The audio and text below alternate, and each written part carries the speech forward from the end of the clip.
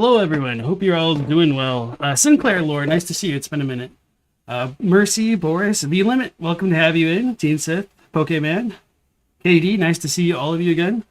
Hope you're all doing well. Oop, I forgot to turn down my fan. 1 second.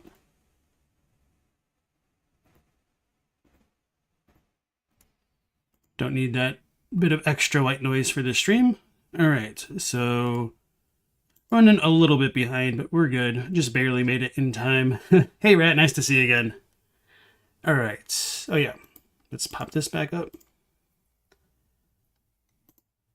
So yesterday we watched a bunch of good videos. We watched V-Limit, who's now in chat. Say hey. Goldmask, and Square Table Gaming, and one of Tarnished Archaeologists.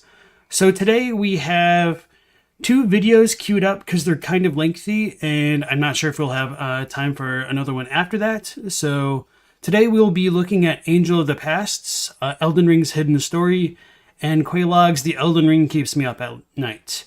So I've never seen Angel of the Past's videos. They were recommended to me through one of the community members who posted on my post about content creators that they recommended. So I'm very interested to see what this is about. And I have seen a couple of Quelaag's videos. I learned about Miro boards through Quelaag's channel, so she's indirectly helped out our stream, or our channel, whatnot, with our Elden Ring timeline. And I am familiar with her stuff, and I do like her. So, all right, let's just go ahead and dive on in. Have you ever asked yourself why God... So, Have you ever asked yourself... Not trying to do that quite yet. Yeah, that's why the audio is crispy. Yeah, sorry for my fans. All right, so Elden Ring's Hidden Story by Angel of the Past. Have you ever asked yourself why Godfrey, the first Elden Lord, was exiled? Or why it was that Godwyn the Golden was the demigod slain in the Night of the Black Knives? Are you curious who Ranni's teacher, the Cold Witch, really is? I know you have a theory on who Melina truly is. What if I told you I could answer all of these questions? Or that the answers are much more fantastical than you could ever guess?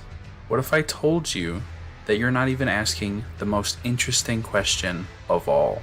That's okay though, because you're here now, and by the end of this video, you'll have a deeper understanding of the world and more insight into what kind of secrets each mystery may hold. Now, I could just tell you the answers, but you would never believe me. You'd think I was crazy. So before any of that, we need to talk about what has helped lead me and will inevitably help you come to these conclusions. Even before that, though, while this should be obvious, this will be your only warning. I will be covering a lot of Elden Ring's story. I'm going to talk about hidden lore pieces, and some, if not all, of the endings. I'm going to talk about theories I have that I haven't seen covered anywhere else. So, if you don't want to be spoiled, you have been warned. All right, a little bit of a long intro, trying to build up suspense. I'm curious when this was released, since they talked about intros, or sorry, since they talked about spoilers and stuff. So 1 year ago, that makes sense. Just kind of curious when this came out. Chapter 1, FromSoft Soulsborne Games.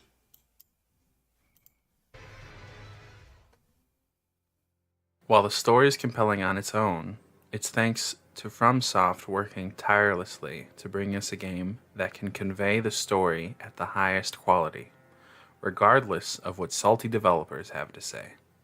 This is not From's first Soulsborne game, it's their 7th, and while I personally have some issues with the game... Wait, 2 of them? Why are these things so fucking deadly? Got you little shits. Those complaints don't detract from the credibility as one of the best storytellers in gaming. The quality of their storytelling is taken to new heights in Elden Ring. People know what a FromSoft game is. At this point, they have basically pioneered the Soulsborne game genre. While they are no longer the only developer creating IP in this genre, they are by far the best. And while... So, this is kind of funny in a roundabout way to say that like FromSoft are some of like the best storytellers in the game, or in like the business, because in an ironic twist of fate, it's the fact that they don't tell the story that kind of generates a lot of the mysteries about it. So even though like obviously my channel is centered around Soulsborne content, I don't necessarily know if FromSoft is really that good at telling stories, to be quite frank. Like there's like a lot of holes the deeper you dive into things. The narratives aren't particularly strong for the most part, but nonetheless, I think because they're so shrouded in mystery, it kind of lends to itself in that it generates interest organically, which, to be fair, a lot of games don't necessarily do that very well. So I do think, in a certain sense, FromSoft does rise above the competition in that regard, for sure. But this kind of style of storytelling isn't necessarily unique to FromSoft. Thankfully, Metroid Prime was remade or remastered, whatever you want to call it, fairly recently. And by my estimation, I think like Metroid Prime did a very good job of delivering a FromSoft style story before FromSoft really came out on the map for this kind of game. But I digress.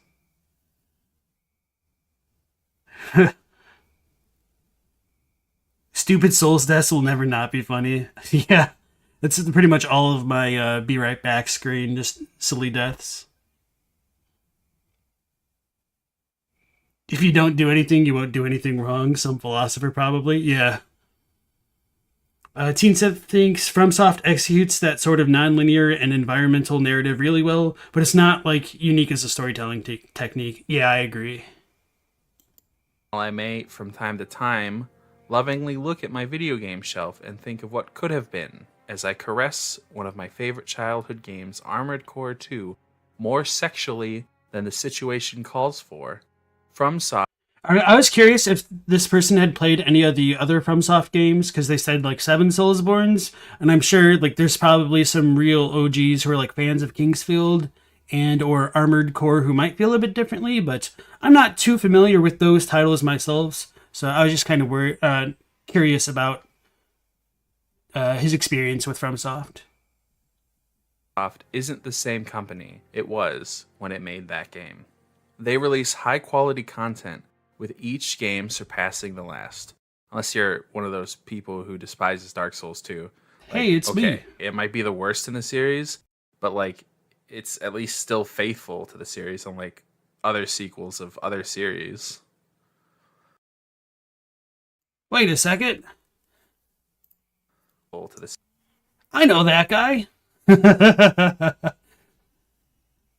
Just distracted. Okay. Series, unlike other sequels of other series. Their games are known for their skill requirement, even though some of their entities are consistently high completion rate games. I don't know how people can think Bloodborne is unfairly hard when its platinum percentage is at 6.5%. That means 6.5% of people who have played the game not only beat it, but they beat it at least 3 times. Compare. Is that actually a high score, relatively speaking? I don't really know. If anybody in chat has like some stats to like go along with like how many games get platinumed, I'd be very curious to see that. And also, some platinum trophies are extremely tedious. I mean, don't get me wrong, like Bloodborne's is kind of tedious, needing to get to New Game Plus 2 or save scumming the game to get like the 3 different endings, but it's definitely not as bad as some other like really grindy stuff that I've seen. You have no idea? Yeah, I'm curious about this claim right here. I don't think he's wrong. I just literally have no idea. Compare that to an easy game like Lego Harry Potter, where just beating the game once is at 25%. Is that really fair though? I mean, to me, the market for like Lego games seems to be teens and below, whereas like FromSoft games are marketed towards adults. And wouldn't it be more fair to just say like whoever's beaten the Moon Presence or probably Murgo's Wet Nurse is probably the better trophy comparison. Actually, yeah, let's go ahead and look it up.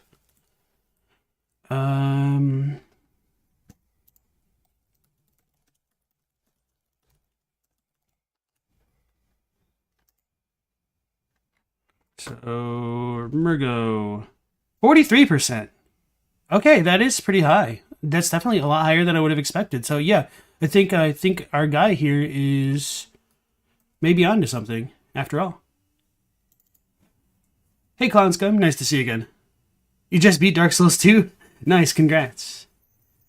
Lego Harry Potter, where just beating the game once is at 25%.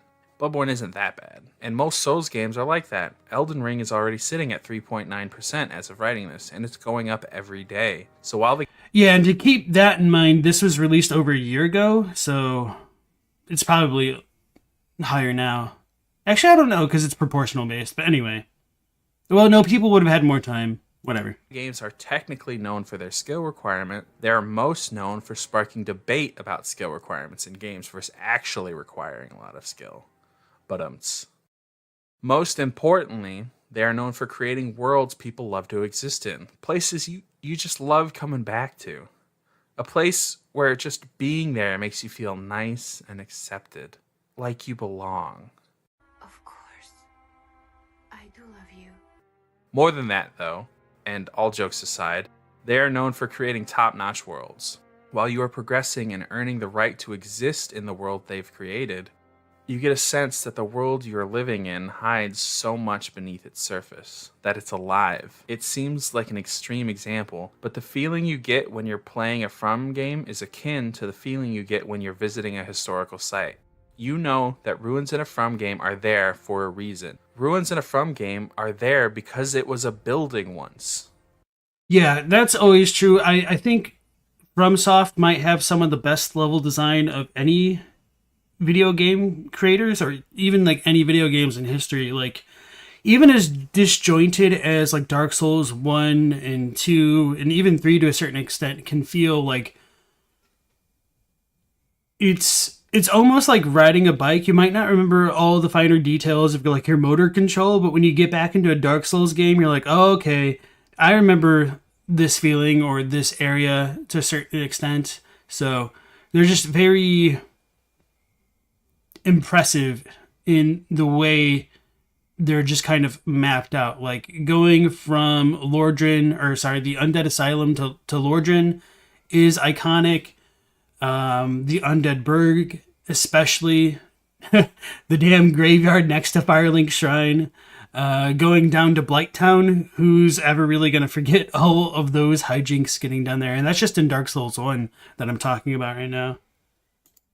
The building had people who used it, and remnants of their existence can still be found. The same way ruins in England have history, so does a From world. I can explain a little bit about what I mean by this with an example. This nugget of information isn't going to be a part of my video, but I want to show you what I mean by the world having something going on underneath. Inside Rykard the Blasphemous's boss room, you will find this piece of armor. The armor description tells us that it belongs to a henchman of the All-Knowing, one of the Tarnished you will be working with throughout the game. Because this armor is found here, we know that this person was likely eaten by Rykard, so he's dead. The fact that the man wearing the armor even made it into this room means he was killing other Tarnished.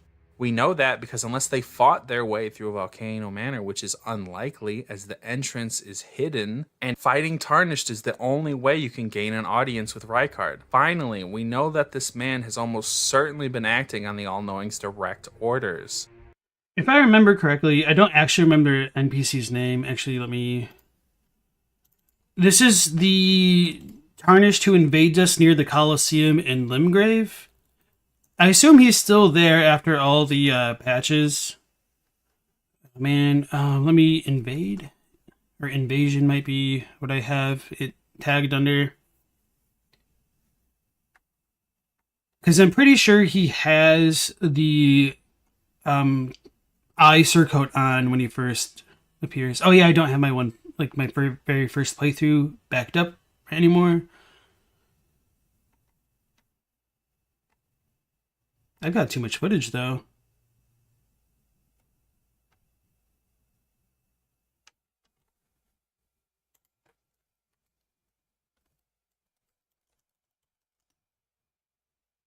Oh well, maybe somebody in chat actually remembers the name, and we could like Google it. Esteban was a target, yeah. Henricus, maybe. Oh wait, we could just also just Google it directly.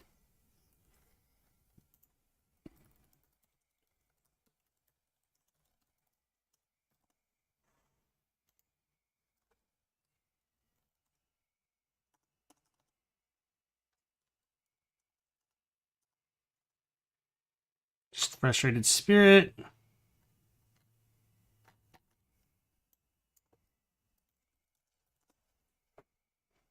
Henricus? Okay, so maybe it was him after all. Yeah. So this is most likely the dude that got eaten by Rykard because he has the eye circlet on. And so he's probably the one that was infiltrating the Volcano Manor. And he tries to kill us. What a jerk.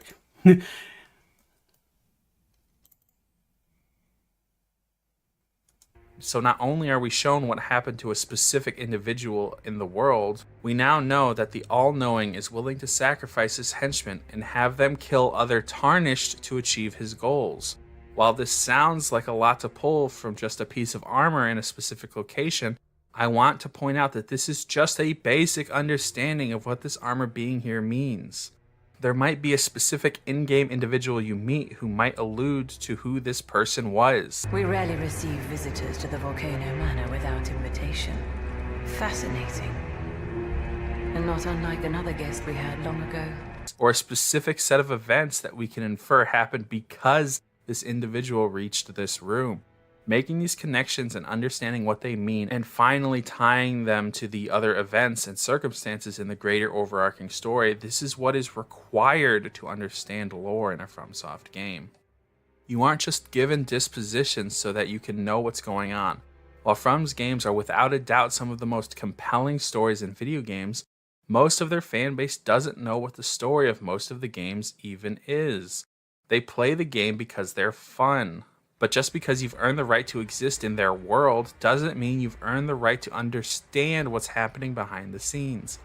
Honestly, working towards understanding the worlds FromSoft created is a much more daunting task than beating the games they've made. There are only a Hey man, if you can beat the game with a strength build, it's very clear brains aren't necessary and you don't need to understand jack. small number of people who dive deep enough into the lore of the games, people like Vadi Vidya and others of his seekers, as well as people like myself. It requires reading item descriptions, listening for seemingly out-of-place dialogue. You need to look at level design and how that plays into item placement. For example, if you pick up 10 poison cleansing items in a place infested with rot, why did someone have that much poison resistance on them here? Maybe it's because this was a poisonous area before it was a rot-infested area. Things like that need to be considered. It's not just what items do, but where you pick them up and how that item got there. It's this attention to detail that's why people love these games. Yeah, and one silly example that I like is right before you come across the suspicious beggar in the Forbidden Woods of Bloodborne, the devs give you, I think, like literally 10 to 18 poison darts that you can use to trap, like, just poison the guy from this doorway after he transforms into a beast. So it's almost like a dev hint. Hey, wouldn't it be a good thing to use these conveniently placed poison darts to fight this dude? Maybe. And they do stuff like that quite often. Like in Lothric and Dark Souls 3, there are a couple oil urns, or not oil urns, but fire urns, whatever their equivalent of Molotov cocktails are, in the high wall area, which are really effective against like the pus of men. Unga Booga builds are always fun. Rat still doesn't know the difference between Marika, Margaret, Mogwin, and Melania. Sometimes it really be like that. It's why even though their games are considered hard, people love them so passionately. A FromSoft game means that you're getting something that has been tailored every step of the way to enhance the player's experience. Now, while I think that way of creation has suffered due to Elden Ring being a truly open world, while I think that filler inevitably exists, the core of what makes a From game hit so hard is still there, and it's better than ever. So without further ado, let's start digging deep. So yeah, I think as Teen Seth was saying a moment ago, this content creator, I'm so bad with names. Angel of the Past is doing a good job kind of setting the scene as to what to expect and to get people who aren't too familiar with FromSoft games on board. So commendable work here. Like most FromSoft games, most of the action of the world happened well before you put the disc in. However, there needs to be a distinction made before we start this timeline, and it's an important one. The lore of this game isn't the standard lore of a FromSoft game. While the dialogue, text descriptions, and character interactions you see in the game are from FromSoft, and therefore need to be understood from a FromSoft perspective, the lore of the world is a George R.R. Martin creation. The reason for this important distinction is because when breaking down the hidden aspects of a story, we rely on imagining what the person writing it would be thinking when they put forward the scenario we are reading. So, I'm not entirely sure we should just take it quite at that face value level, because to a certain degree, it almost seems to me that Miyazaki and the devs at FromSoft might have already had character designs in mind and gave George R.R. Martin a portfolio to kind of give a backstory and some meat on the bones of what would go on to become Elden Ring. But again, I don't know that for sure. That just seems somewhat more plausible to me, because throughout Elden Ring, it definitely has the FromSoft traditional feel. Some certain things definitely feel a bit more George R.R. Martin inspired indeed, but the very basic stuff that's core throughout all of their games, the flowing stuff leading into stagnation with Scarlet Rot, that is all very quintessentially FromSoft in my eyes. So I really do wish we knew how much of an influence George R.R. Martin's writing style had on the genesis of this game.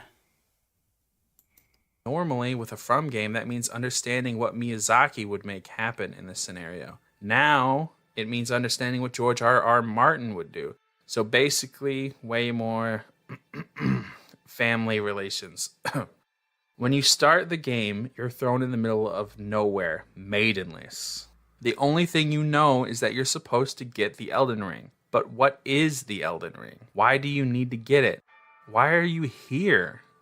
Well, before all that, we should start at the beginning. More aptly, before the beginning. Before time itself. Dragons ruled over the lands in between.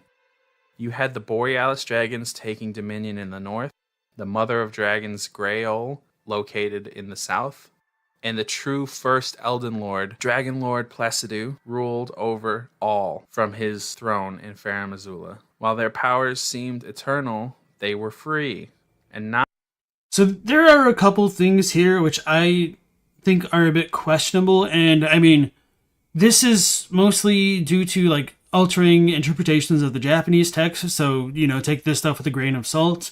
The Borealis style dragon ruling over the mountaintops of the giants is technically listed as hearsay, so I don't necessarily disbelieve they could have been there, but one question I've had about the dragons in general is, when do the modern style dragons split away from the ancient dragons?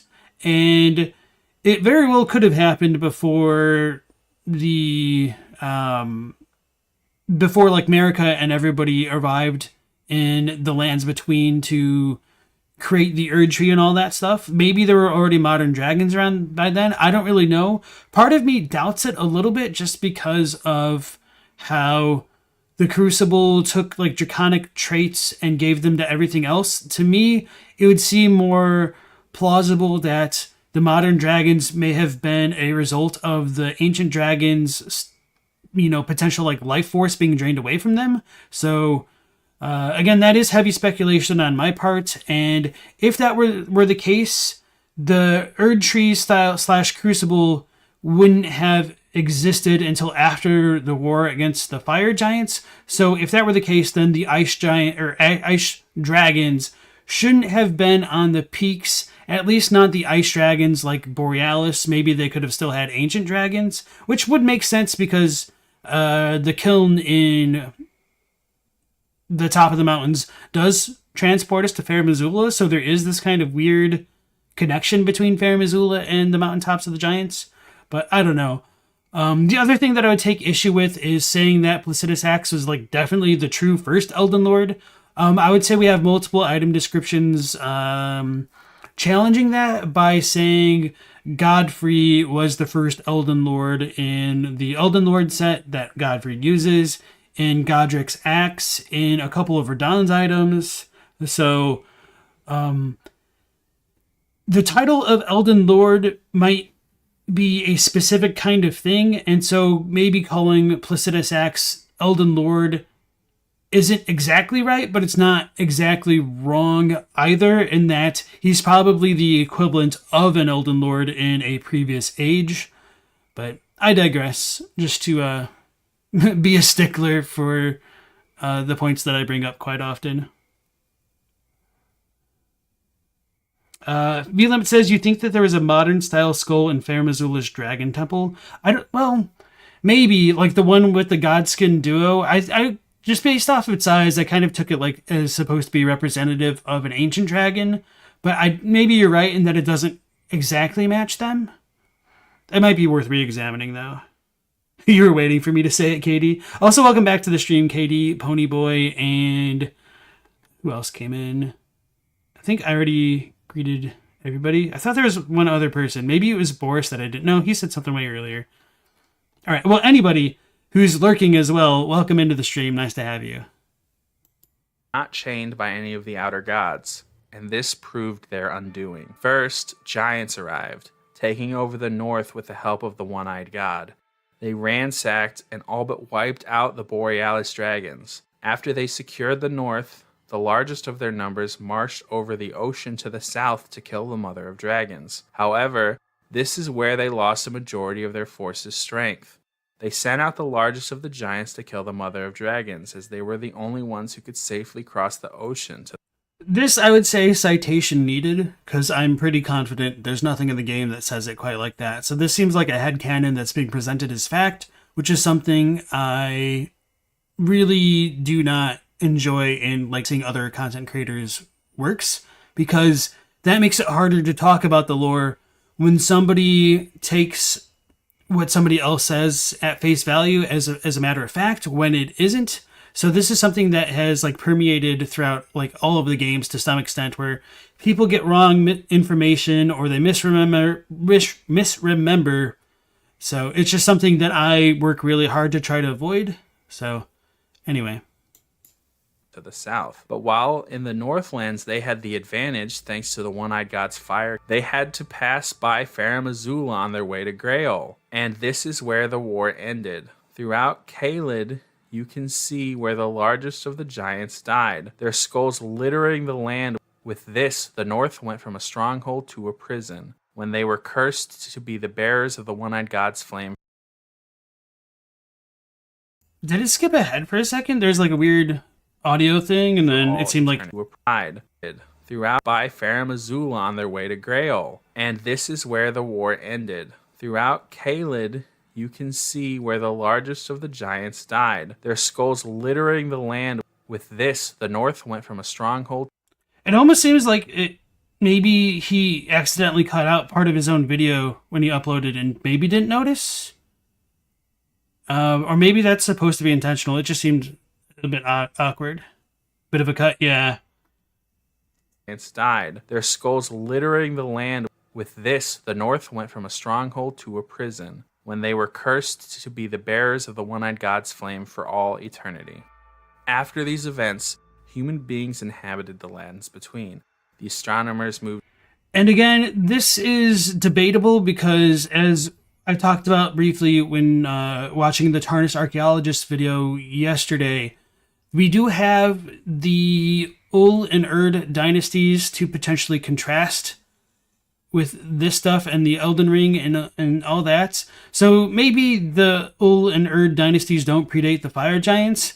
I don't really think the game feels that way, but to be fair, that is not explicit, and that is kind of more speculation on my part. But anyway, yeah, it's hard to make a definitive claim when humans or like humanoids first really came to the lands between. Hey Foster, are we going to get a video in summary of these streams with the stuff I've learned or debunking common misconceptions? You know, that's a really good question and something I haven't considered. Honestly, with the length of the playlist so far, it's really going to take a long time to go through everything, but maybe that's something I should think about as we go forward. Thanks for suggesting it. Moved into the west, and some other cities settled around Farum Azula. Grail still birthed dragons to the south, and the Dragon Lord still ruled his throne in the center of the continent. This was generally a peaceful time. The astronomers considered the giants as neighbors, and the dragons were willing to leave the humans alone. That is, until another outer god decided to run amok. The outer god Estelle decided to lay waste to several cities in the world. Estelle brought down the Dark Moon and buried several cities of humanity in the south. So again, calling Estelle itself an outer god is a bit of a reach. Maybe he's right, but for whatever reason, he's never referred to directly as an outer god. And as far as I'm aware, it isn't confirmed that he destroyed the Black Moon directly. That could have been perhaps like the work of the Greater Will. But regardless, I think saying that Estelle did do it is, a plausible interpretation, but not something that is explicitly canon. Is known about this, but Estelle decided to take the sky away from the cities of Nokron. Another event that happened shortly after the fall of the Dark Moon was the outer god called the Greater Will sent a star-bearing beast down to the lands between. I believe this beast to be the Elden beast.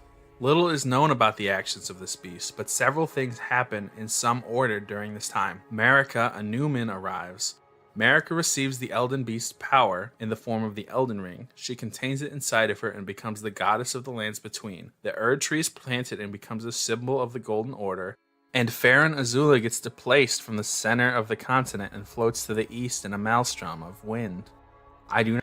So with this claim of how the Elden Beast arrived, you might be able to argue that, but I think this really suffers due to the inclusion of an Elden Ring within the innermost sanctum of Farum Azula.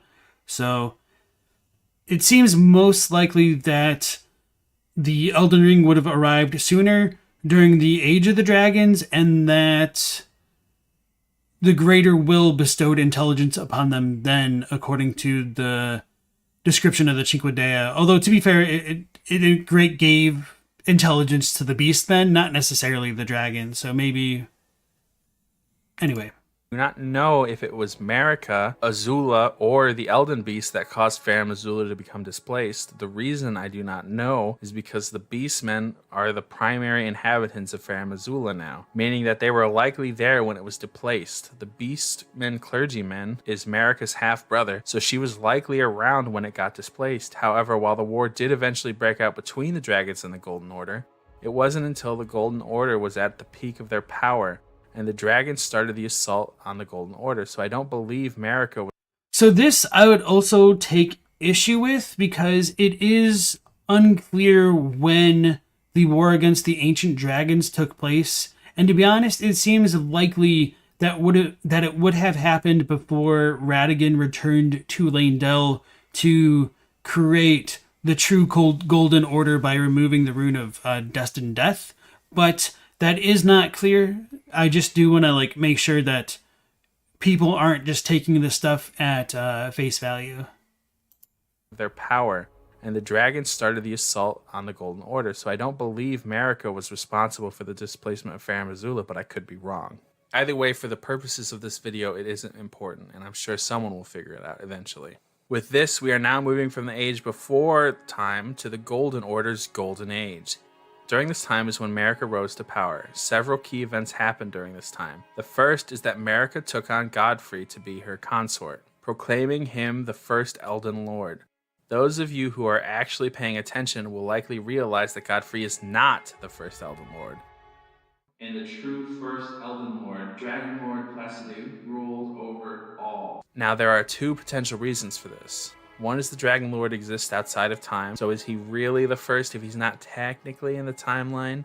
but I think the actual answer is the first glimpse into the darkness of the goddess Marika. I believe Marika cared more about her power than any before, and while yes, technically the Dragon Lord was the first Elden Lord, she was the one true goddess, so her Elden Lord was the first true Elden Lord.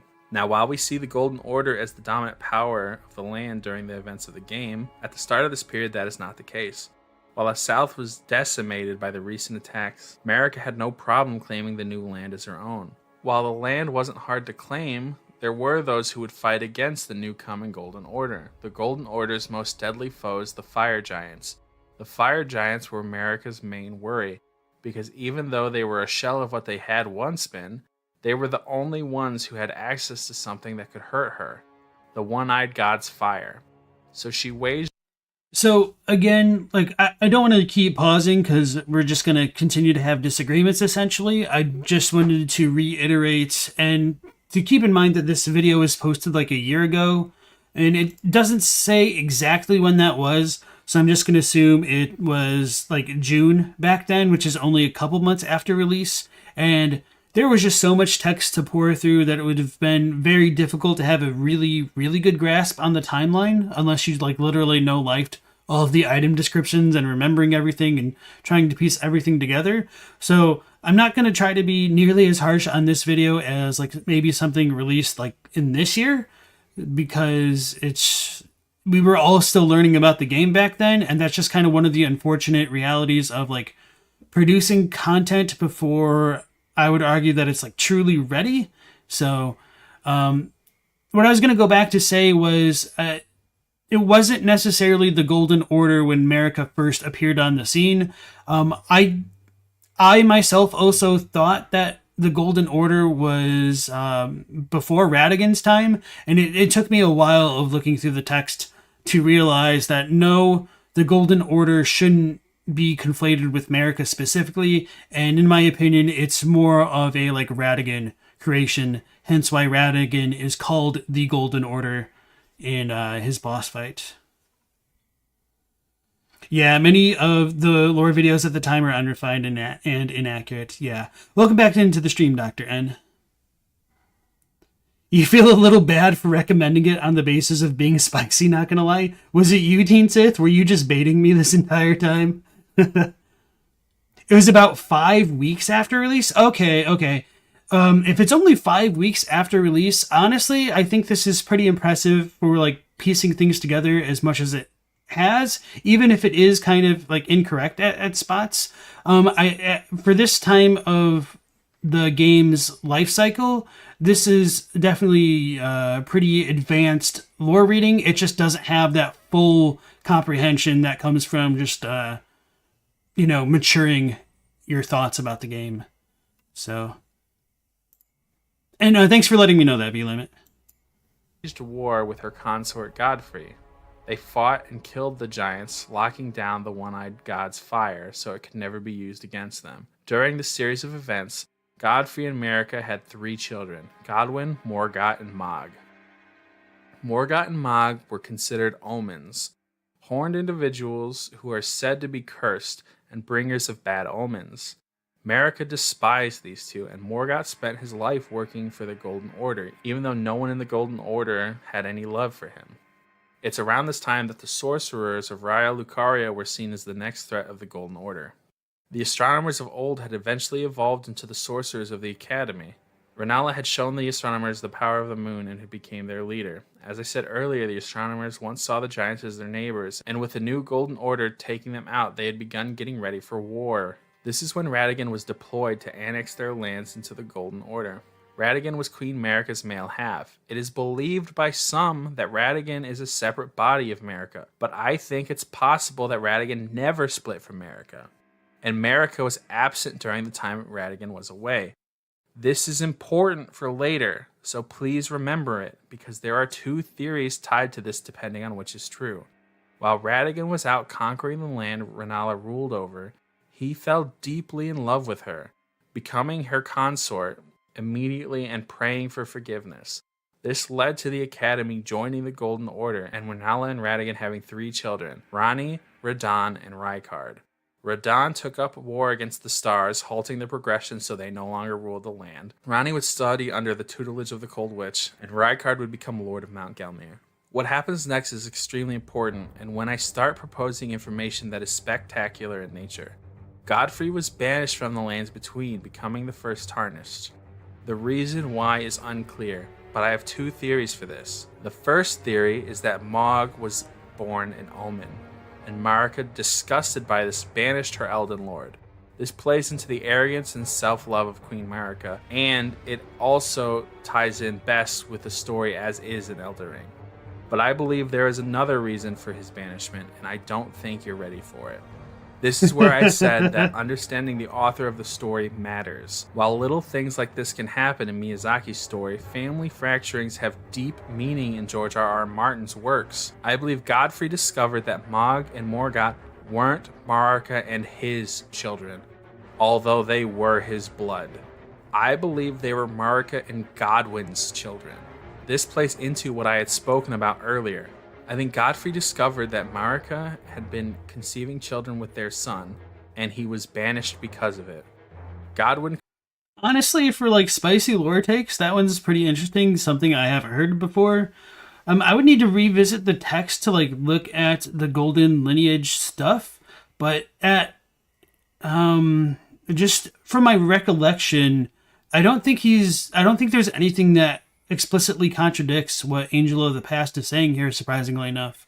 I mean, other than the fact that like he's reading in between the lines and there's not a lot to support it directly either. It would feel like more of a George R.R. Martin twist for sure, but then it also calls into question Ronnie's relationship to Marika and like the Knight of the Black Knives, but nonetheless, very interesting theory here.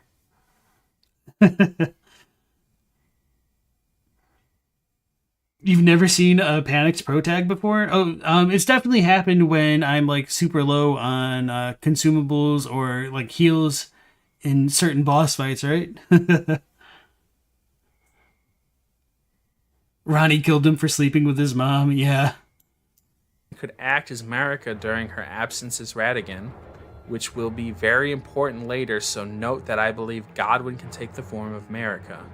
But once Godfrey was sent away, she would be needed more than ever, so she came back immediately.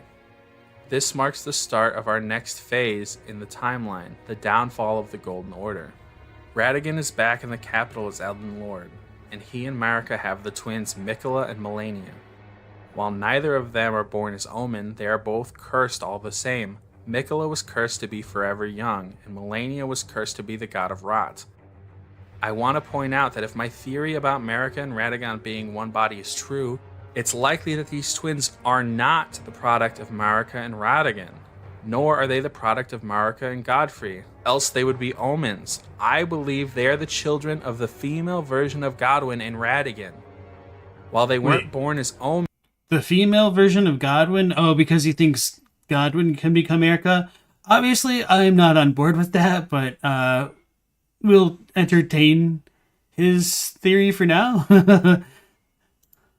They were cursed all the same. I believe this is how Marika got around the Omen curse, and why they share a much stronger connection to Radagon and even Godwyn than they do with Marika. This is the last and most peaceful time in the Golden Order.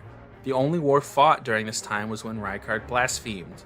I believe this happened before the fracturing, because after the fracturing, most soldiers would have lost their minds. And yeah, as far as I'm aware, the second defense of Leyndell would have happened after the shattering.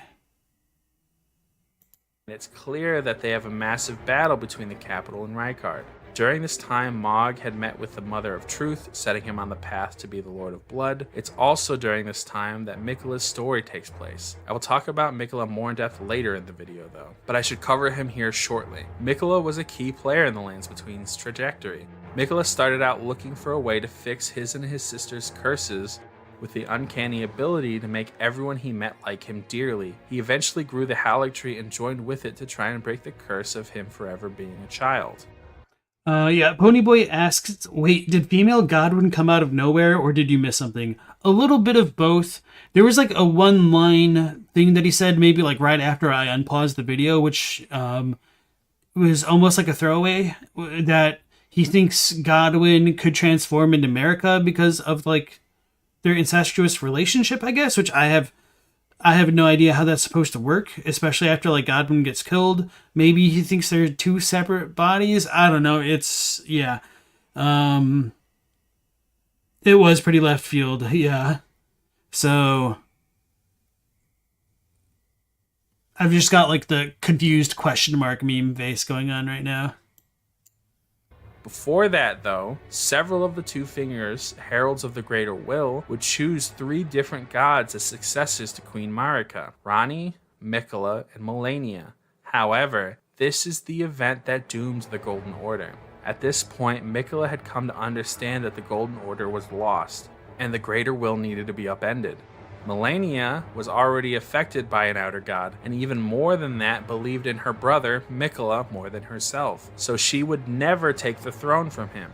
And Ranni also lost hope in the Golden Order. While Miquella was trying his own actions to subvert the Golden Order's rule, with Malenia acting as his blade, Ranni wanted to rule, but didn't want to under the Greater Will.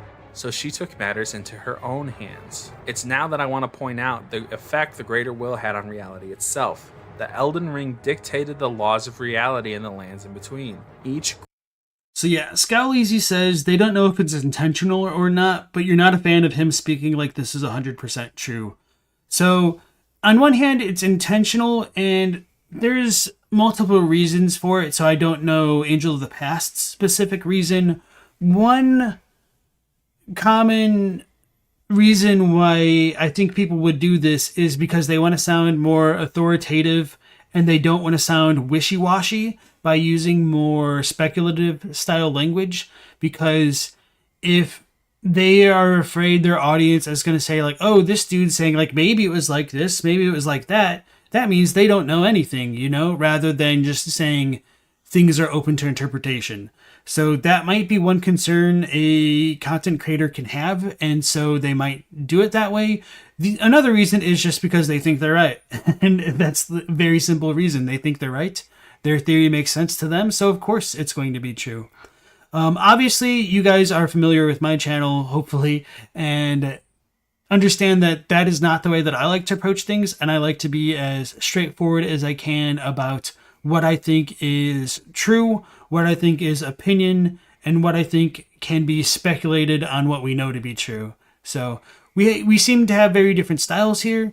I do wish that other people were more like me, but I mean, that's just, you know, wishful thinking, and people are going to be able to be different and do different things, which I think is ultimately for the better. But anyway, thanks for all the comments, and let's go back into this.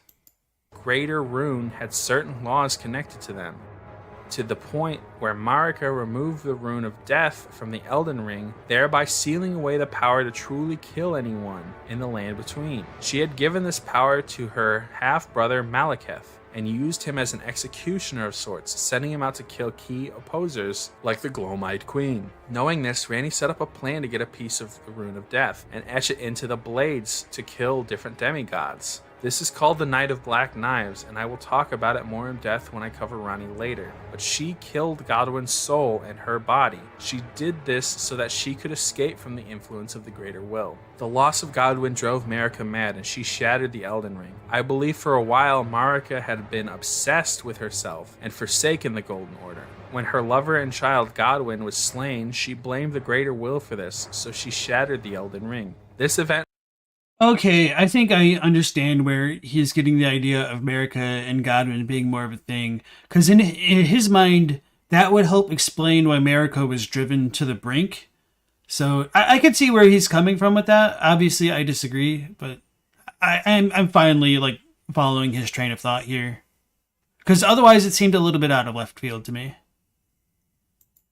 Was known as the Shattering, and is believed to be what led the demigods to war with one another to be the next Elden Lord. This is also when Mog stole Miquella from the Halleck Tree, and when the game begins. This is the history of Elden Ring through my eyes, and everything important that takes place before the start of the game. I know it's a lot to take in, and I could very well be wrong about pieces of it, but I'm almost positive most of what I've said is the case. I've read every item description and looked into multiple locations, writing down the key points of what I've read during that time, paying attention to where and what was found, thinking about people's motivations from George R.R. Martin's perspective. While I have come to theories that the game directly contradicts, I believe the intention of the game contradicting you is because that's what America purposely hides from the rest of the world. To me, while I was playing, Godwin dying never made sense. Neither did Godfrey's dismissal. Also, Godwin was mostly absent from any lore, and I couldn't figure out why that would be. These circumstances So, for anybody who's having the same questions as him, I'll give you like my opinion about some of those things. So, let's break them down like point by point, I guess. from the rest of the world. Hold on. I have come to theories that the game directly contradicts. I believe the intention of the game contradicting you is because that's what America purposely hides from the rest of the world. To me, while I was playing, Godwin dying never made sense. Neither did Godfrey's dismissal. Also, Godwin was mostly absent from any lore, and I couldn't figure out why that would be. So, yeah, of course, like the circumstances around Godwin's death in particular are very hard to parse for multiple reasons. There's virtually nothing given to us, and the Tarnished is a blockhead to be like, hey, Ronnie, what was that all about? You know? But anyway, I can't answer why Godwin was the one that died, unfortunately. However, I think the important thing is to look at the effects of Godwin's death and how that may have influenced America's position. So once Ratigan had created the Golden Order, it had essentially created a stasis kind of effect on the lands between, where things that were given grace shouldn't have been able to die natural deaths, I would argue. That's not, explicit by any means. But once they used the fragment of the Rune of Death to give a mostly true death to Godwin and Ronnie, this exposed a major flaw in the Golden Order in that the spirits of the dead don't really die exactly. They just kind of languish indefinitely. So, for whatever reason, the way that Ronnie killed Godwin actually managed to kill him in soul, but it seemed to take like the actual Rune of Death to do so. But since the Rune of Death was removed from the Elden Ring, it seems like souls don't really die. And so the bit of the Rune of Death that was still embedded within Godwin's corpse transformed into Deathroot for some reason, and then Deathroot started to infiltrate the lands between, and the dead that came into contact with the Deathroot, in my opinion, regained the remaining will of Godwin, the will to stay alive and not die, and they started reanimating from their spirits possessing whatever vessels were nearby, which is why like skeletons get reanimated. I think that's also why we have like beast blood oozes and stuff like that. But realizing that Godwin's death created Deathroot and seeped through the roots of the Great Tree, the Erd Tree, made her realize that her control over the Elden Ring was in dire straits, and her order wasn't as perfect as she and or Ratigan originally envisioned. So she may have felt compelled to shatter the Elden Ring so that order could be remade anew. And I don't really know if she realized by shattering the Elden Ring it would disconnect the Erd Tree from its roots, but she might have been trying to do it so that Deathroot didn't eventually make its way back into the Elden Ring itself, and that way the Rune of Death couldn't get reintegrated into the ring via Deathroot through the Erd Tree's roots. Now, again, a lot of that stuff is very heavy speculation, so hopefully that makes sense to you and answers some of these kind of unresolved questions that were brought up in this video. And as we've said before, this was made apparently like literally 5 weeks after the game came out.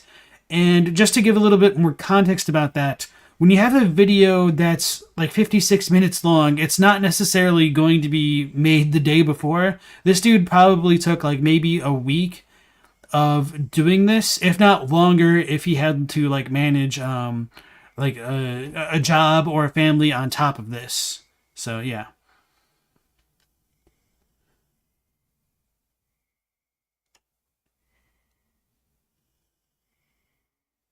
Reading chat right here. Astynex sees information given as always belonging to two groups: stuff people say, some things may be wrong, lies or manipulation, and item descriptions, usually very accurate and generally honest. That's kind of how I feel, with the added caveat of when item descriptions are written in such a way to suggest they're from a character's perspective on things, or whether they're written as hearsay about general ideas of the world. And as a general rule of thumb, I don't take character dialogue to necessarily be true, because throughout all of the FromSoft games, they've shown that many characters might not have all of the knowledge they need to have a complete understanding of what they're talking about.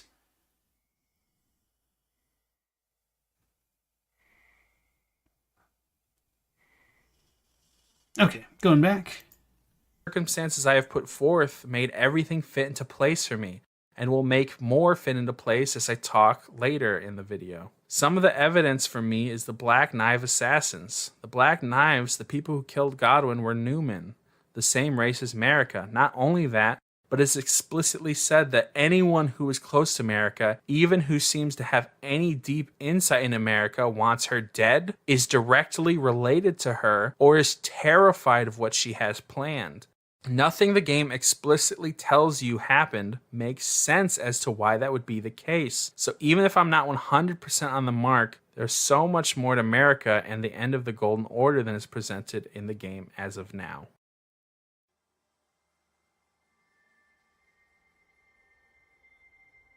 What a wild ride. So many YouTube algorithm unfriendly family relations going on. Maybe I'm looking too deep into the fact that Mr. R.R. Martin wrote it, but the storyline just makes sense to me. So why don't I just end the video here? Well, my little wings, that's because we're just getting started. There's still a few more important secrets that the story is hiding. Before I can get into them, I need to talk about Ranni the Witch. Ranni was Rennala and Radagon's daughter, so she has the blood of Marika running through her veins directly. First, I want to talk about a popular fan theory I don't think is accurate. There are a group of people who believe Ranni and Melina are the same person. The reason for this is because of the eye business, and that they kind of look similar. That maybe Melina is a separation between Ranni, similar to Radagon and Marika. First, I truly believe there is no separation between Marika and Radagon, so I don't think that would be the case. Even if Radagon and Marika are separated, Ranni and Melina are unlikely to be the same. I say this because Ranni looks nothing like Melina.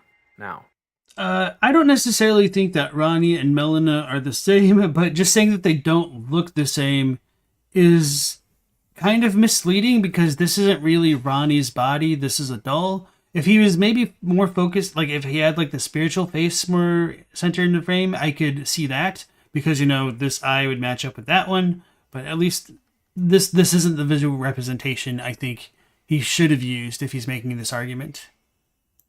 Are unlikely to be the same. I say this because Ranni looks nothing like Melina. Now, a lot of you are disagreeing strongly with me. I want to point out to you that you aren't looking at Ranni. You're looking at Ranni's teacher, the Cold Witch. When Ranni was alive, she looked just like her mother. The children you see in the fight with Rennala are reincarnations of Ranni. Rennala is making them because she thinks her daughter is dead. However, these... Well, I think this theory is very interesting. There's very nothing to support it. All right. Evil Noah asks, do I think items in the worlds of FromSoft games come in packaging with the item descriptions on the back of the box, like NES games had descriptions on the back of their boxes? LOL. So yeah, even though you're kind of joking there, I think that's an interesting enough question to answer. When we play games like Bloodborne, it's when our characters come into contact with items like the Skull of Lawrence, they kind of gain preternatural knowledge of those items, perhaps, and maybe the same can apply to stuff in the other games like Dark Souls and Elden Ring, because souls can kind of get attached into items and stuff like that. Like Dee's twins armor set can potentially give the brothers knowledge of who killed them.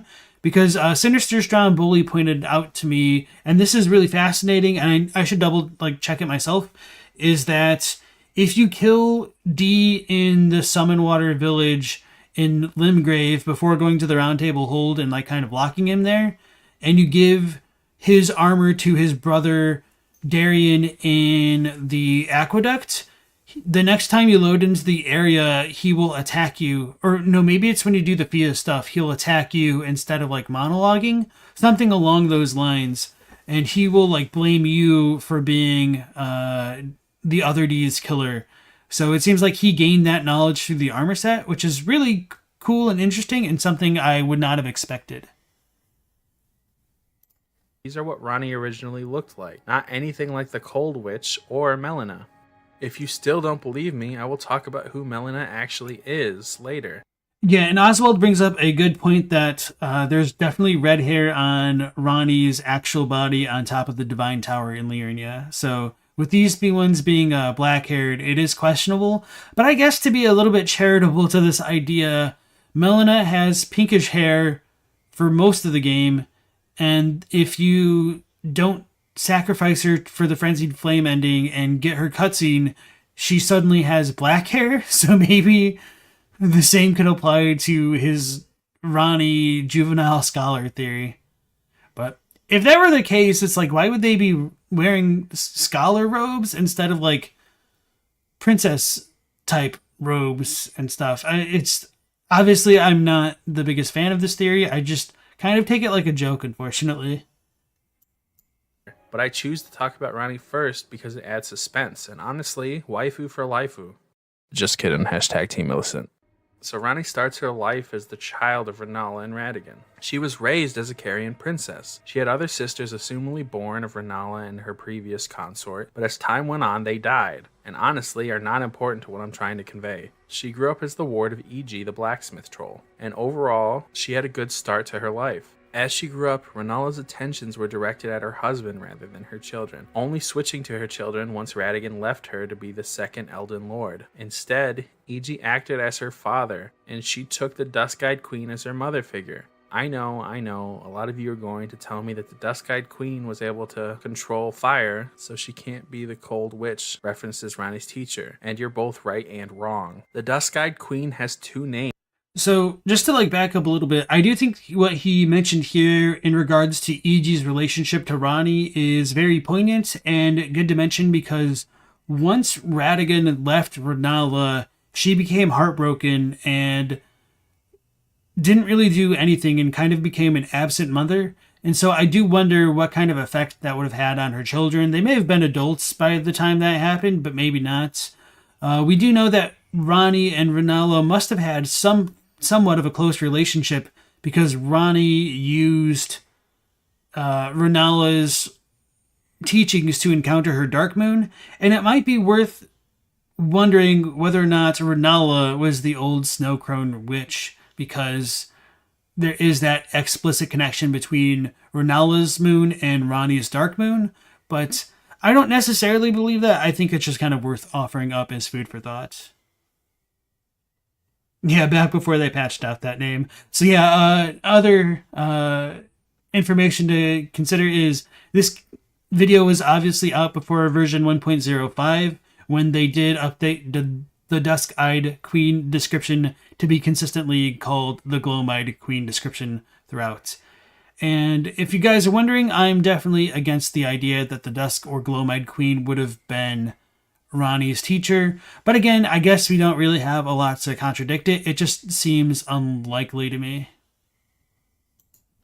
And I've already used both of them in this video. The Dusk-Eyed Queen and the Gloam-Eyed Queen. These are two different names given to the same person and are both used to refer to the leader of the Godskin Apostles. What I need you to understand though, honestly, I think that's a pretty bold claim for the time that this was released, because it was very easy to fall into the belief that they would have been two different people based on previous FromSoft games. But yeah, good job by him by sussing out that they're the same person. without like relying on the Japanese there. Is that gloam is synonymous with twilight, not just dusk. Twilight is the 2 times as night turns to day and day turns to night. So if we look at it like that, dawn is the time as night turns to day. This is the power over fire and the power of the Godskin apostles. Her other known name, dusk, is the time after day. This would be the power of chill. It's curious that she would be called the Dusk-Eyed Queen if she wasn't the Chill Witch, because you could easily call her the Dawn-Eyed Queen, or just the Gloam Queen. I feel like it's clarified that she has 2 names, so you understand she has 2 powers. So yes, I believe the Dusk-Eyed Queen had the power over cold and the power of the black fire. And I think this would be a better argument if the Godslayer's Greatsword and the Godslayer or Godskin Apostle incantations procced Frost the same way that Ghost Flame does.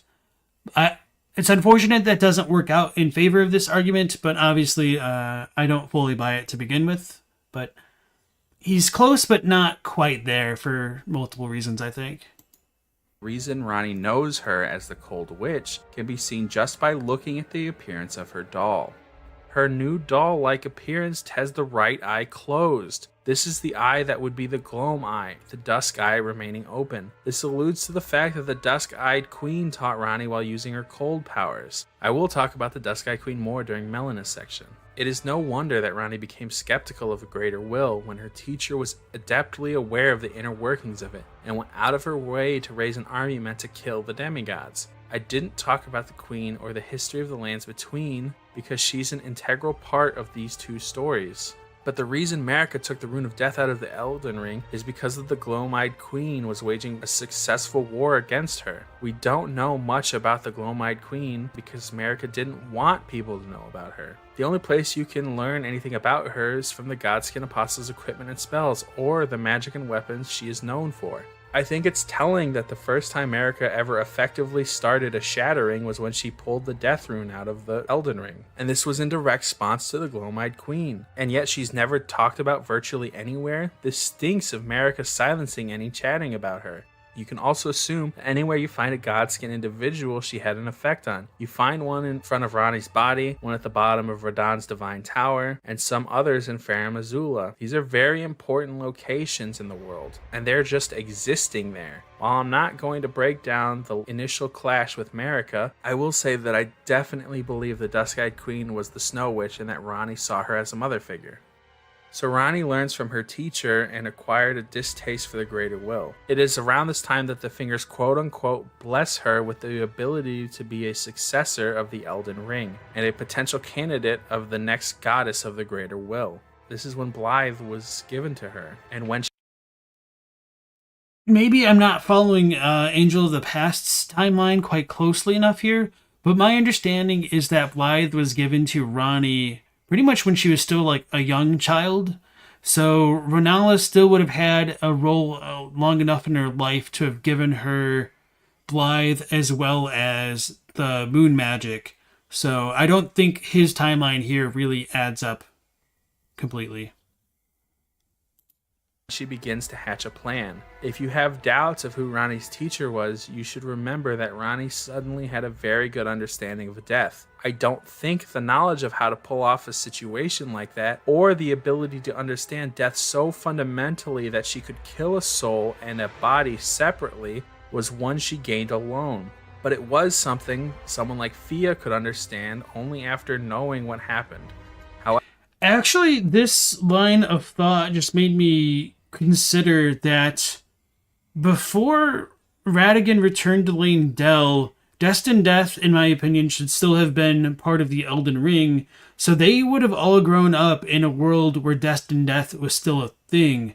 So that would potentially give her knowledge of like what the Rune of Death should do, and maybe like gave her the motivation to go get it to kill the demigods, which in a certain sense is goes according with like Marika's orders to grow strong and like kill each other or like make something of themselves. But anyway, yeah, just something I guess I hadn't really considered before.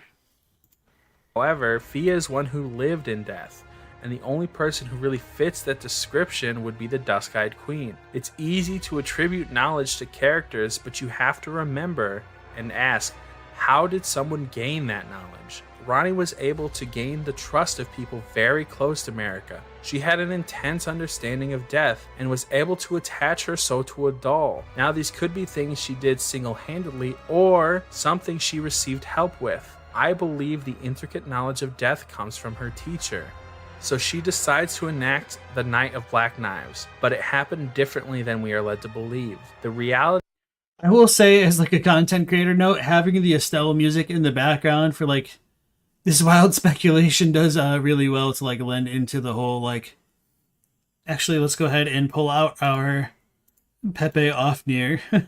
This really feels like the encapsulation of this video right now. Here we go. of the Night of Knives is that Godwin is killed in soul, but the body was left alive. Why though? Why would Ranni do that? Or rather, what reasons would the Dusk-Eyed Queen have for doing that? Was it to cause Marika to shatter the Elden Ring? Perhaps. Maybe the goal was to hurt Marika, but this doesn't seem like how the Dusk-Eyed Queen or Ranni do things. So I actually think there's a good reason Godwin was killed, and you already know it. I want to say outright that I don't think Ranni was planning on the shattering happening. I don't think anyone was. That was not the goal of the Night of the Black Knives. And this backed up by the initial cinematic trailer when she says this line. What could the demigods ever hope to win by warring? And I believe that's a real question. What reason do the demigods have to fight? There aren't any. If we approach this logically, Godwin was the one whose soul was slain. So with that being said, there are two possibilities. Either Godwin was her target or he wasn't. Yes, he was slain, but was that intentional or an accident? Sure, we see the Black Knives holding Godwin as they cut into his flesh. So first, let's go down the road and say it was intentional. With everything we know in the game, that doesn't make sense. Godwin is basically a nobody, but if he was actually the true consort of Marika and Radagon, it would make at least some sense. However, in the game, Ranni isn't really that well off because of Godwin's death. She doesn't seem like she was ready for the shattering, and honestly, killing her flesh didn't help her or the Dusk-Eyed Queen very much. Sure. Well, the Dusk-Eyed Queen would have already been nixed by this point in the timeline, but setting that aside, I think he raises some good questions about like what they would hope to gain, but I think he forgets about Marika's... What are they called? Her spoken echoes that lingered in the second Church of Marika, I think it was, where she tells her children to make something of themselves. So, I mean, that's motivation enough for like Ranni to do what she did, I guess. But it doesn't really matter what the motivations are because we don't really know or have a way of knowing. I kind of lost my train of thought here because I was just thinking of the terrible idea of Radagon, Marika, and Godwin being a collective item in multiple ways. Let me back up real quick. Nobody. But if he was actually the true consort of Marika and Radagon, it would make at least some sense. However, in the game, Ranni isn't really that well off because of Godwin's death. She doesn't seem like she was ready. Alright, yeah. So the other thing that I wanted to bring up was that there is some piece of media that says that the demigods were all driven to the brink of madness because of the power of the runes that they gained, or because of the runes' power. And that's something that's interested me before. Does this mean that the power of the runes innately corrupts those who come into contact with it? Maybe, I don't really know, but maybe the demigods didn't really have such aspirations until they gained a rune. But setting all that aside, I think there's plenty of reason for the demigods to fight each other. It's because they want to instill their vision of order on the universe in the Elden Ring, like Marika tells them to. So there's definitely motivations for them to go to war, and I think Ranni's question in the opening cutscene is a bit rhetorical, but even if it isn't, we might be able to handwave explain it by saying they were driven mad because of the rune's power. Ready for the shattering. and honestly, killing her flesh didn't help her or the Dusk-Eyed Queen very much. Sure, Ranni was able to escape the Golden Order, but she ended up needing to kill her fingers anyway. I think she assumed the Black Knives would return so that she could finish off her fingers, but they didn't. The thing is, when you commit a coup, it's something that you plan out so that when the dust settles, you're standing on top. Ranni, however, does not end up on top. In fact, she's basically nothing. She only has E.G., Blythe, and Celavis. Most of the Black Knife assassins are dead, or worse. The Knight of Black Knives doesn't seem like it went well with Ranni, which makes the second possibility much more likely.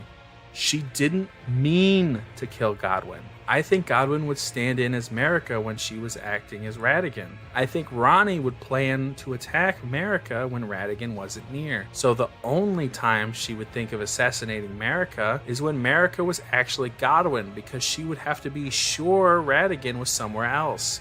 I think the plan was to kill. Alright, so this stuff is weird to me because didn't he say earlier in the video that Marika and Radagon were one person, as in like one body always? So how could Radagon be away with Marika potentially being Godwyn? I don't think his own theories work based off of his own points so far, although I might be misunderstanding what he's said somewhere along the way, but I don't think so. I don't know. What do you guys think about that, chat? Are you following like what I'm saying, or does his own logic make sense to you guys within his own constructs here? Like setting aside like the kind of crazy nature of his claims.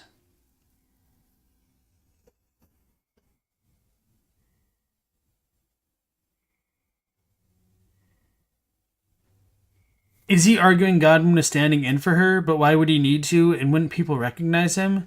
Okay, it's hard to follow. He's saying that Godwyn and Marika were one, as well as Radagon and Marika being one. I'm not entirely sure, like, when that would have occurred in an Angel of Past's mind. Like, he thinks Godwyn may have been Godfrey's child, I guess, and Moog and Morgott were Godwyn plus Marika's child, the same way that Mikola and Melania are Radagon plus Marika's child.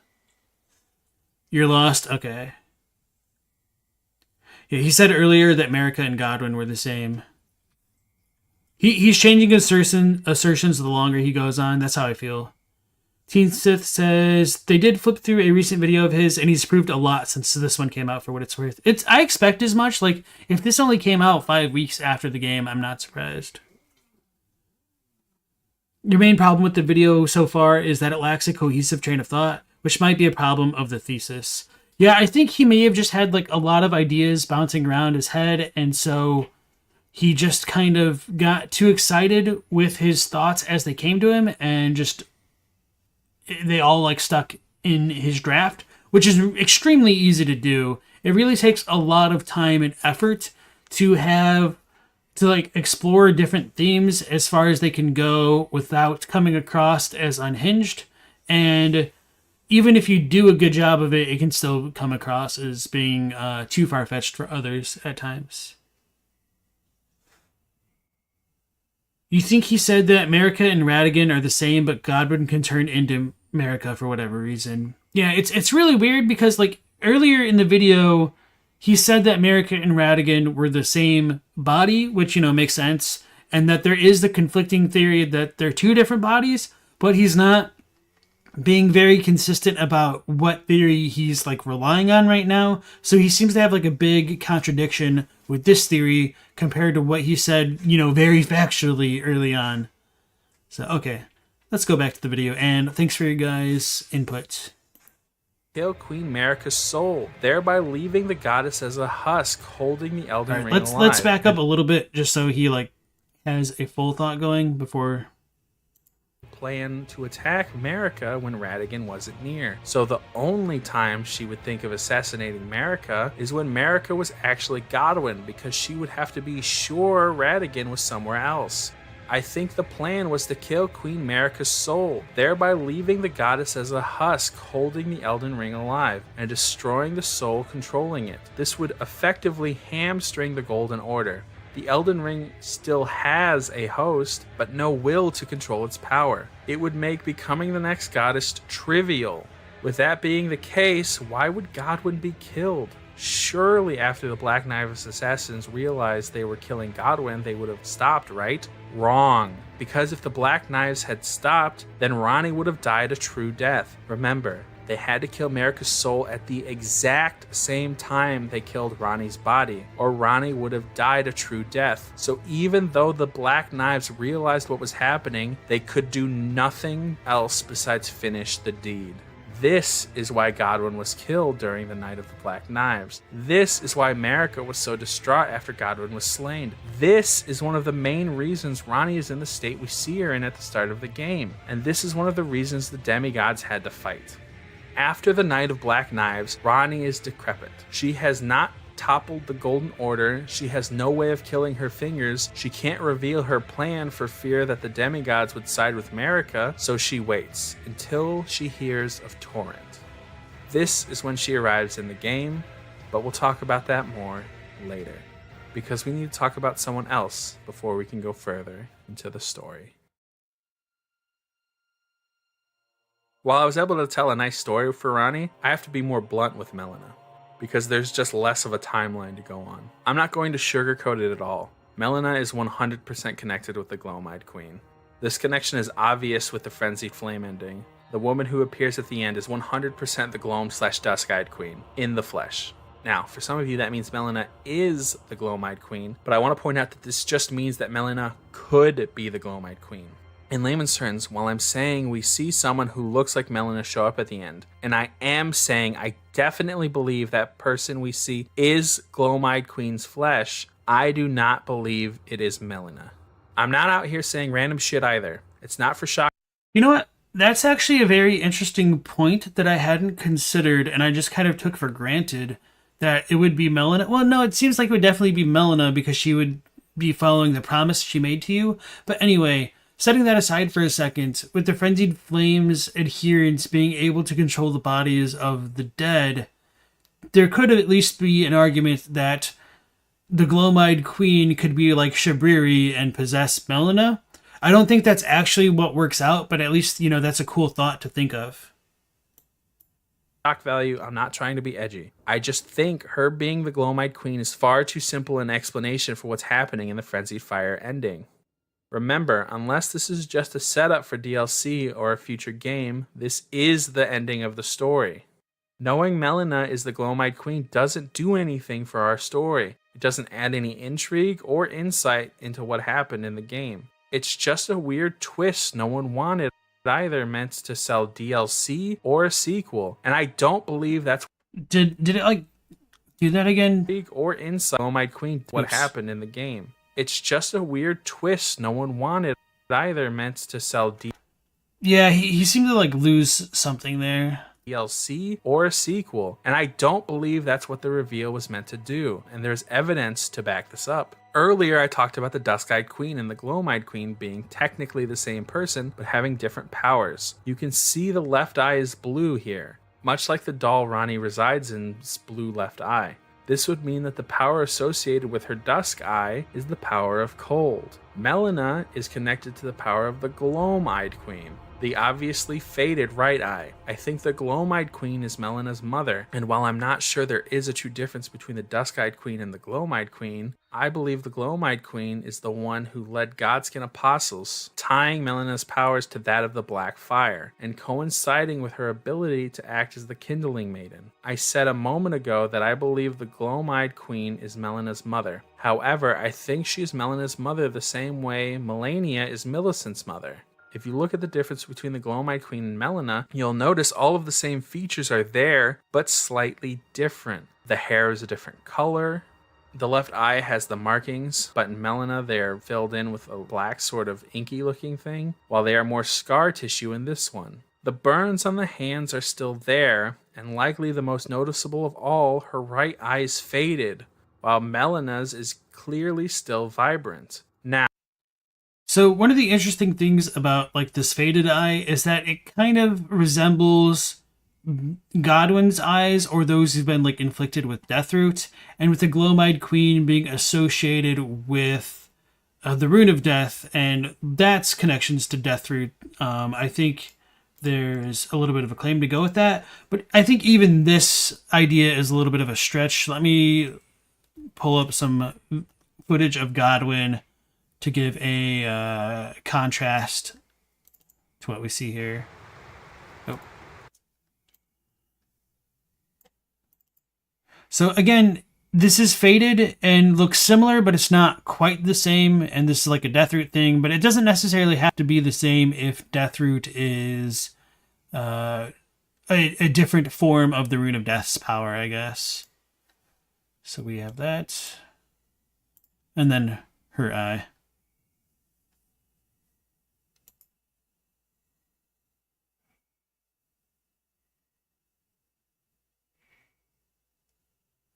All right, going back.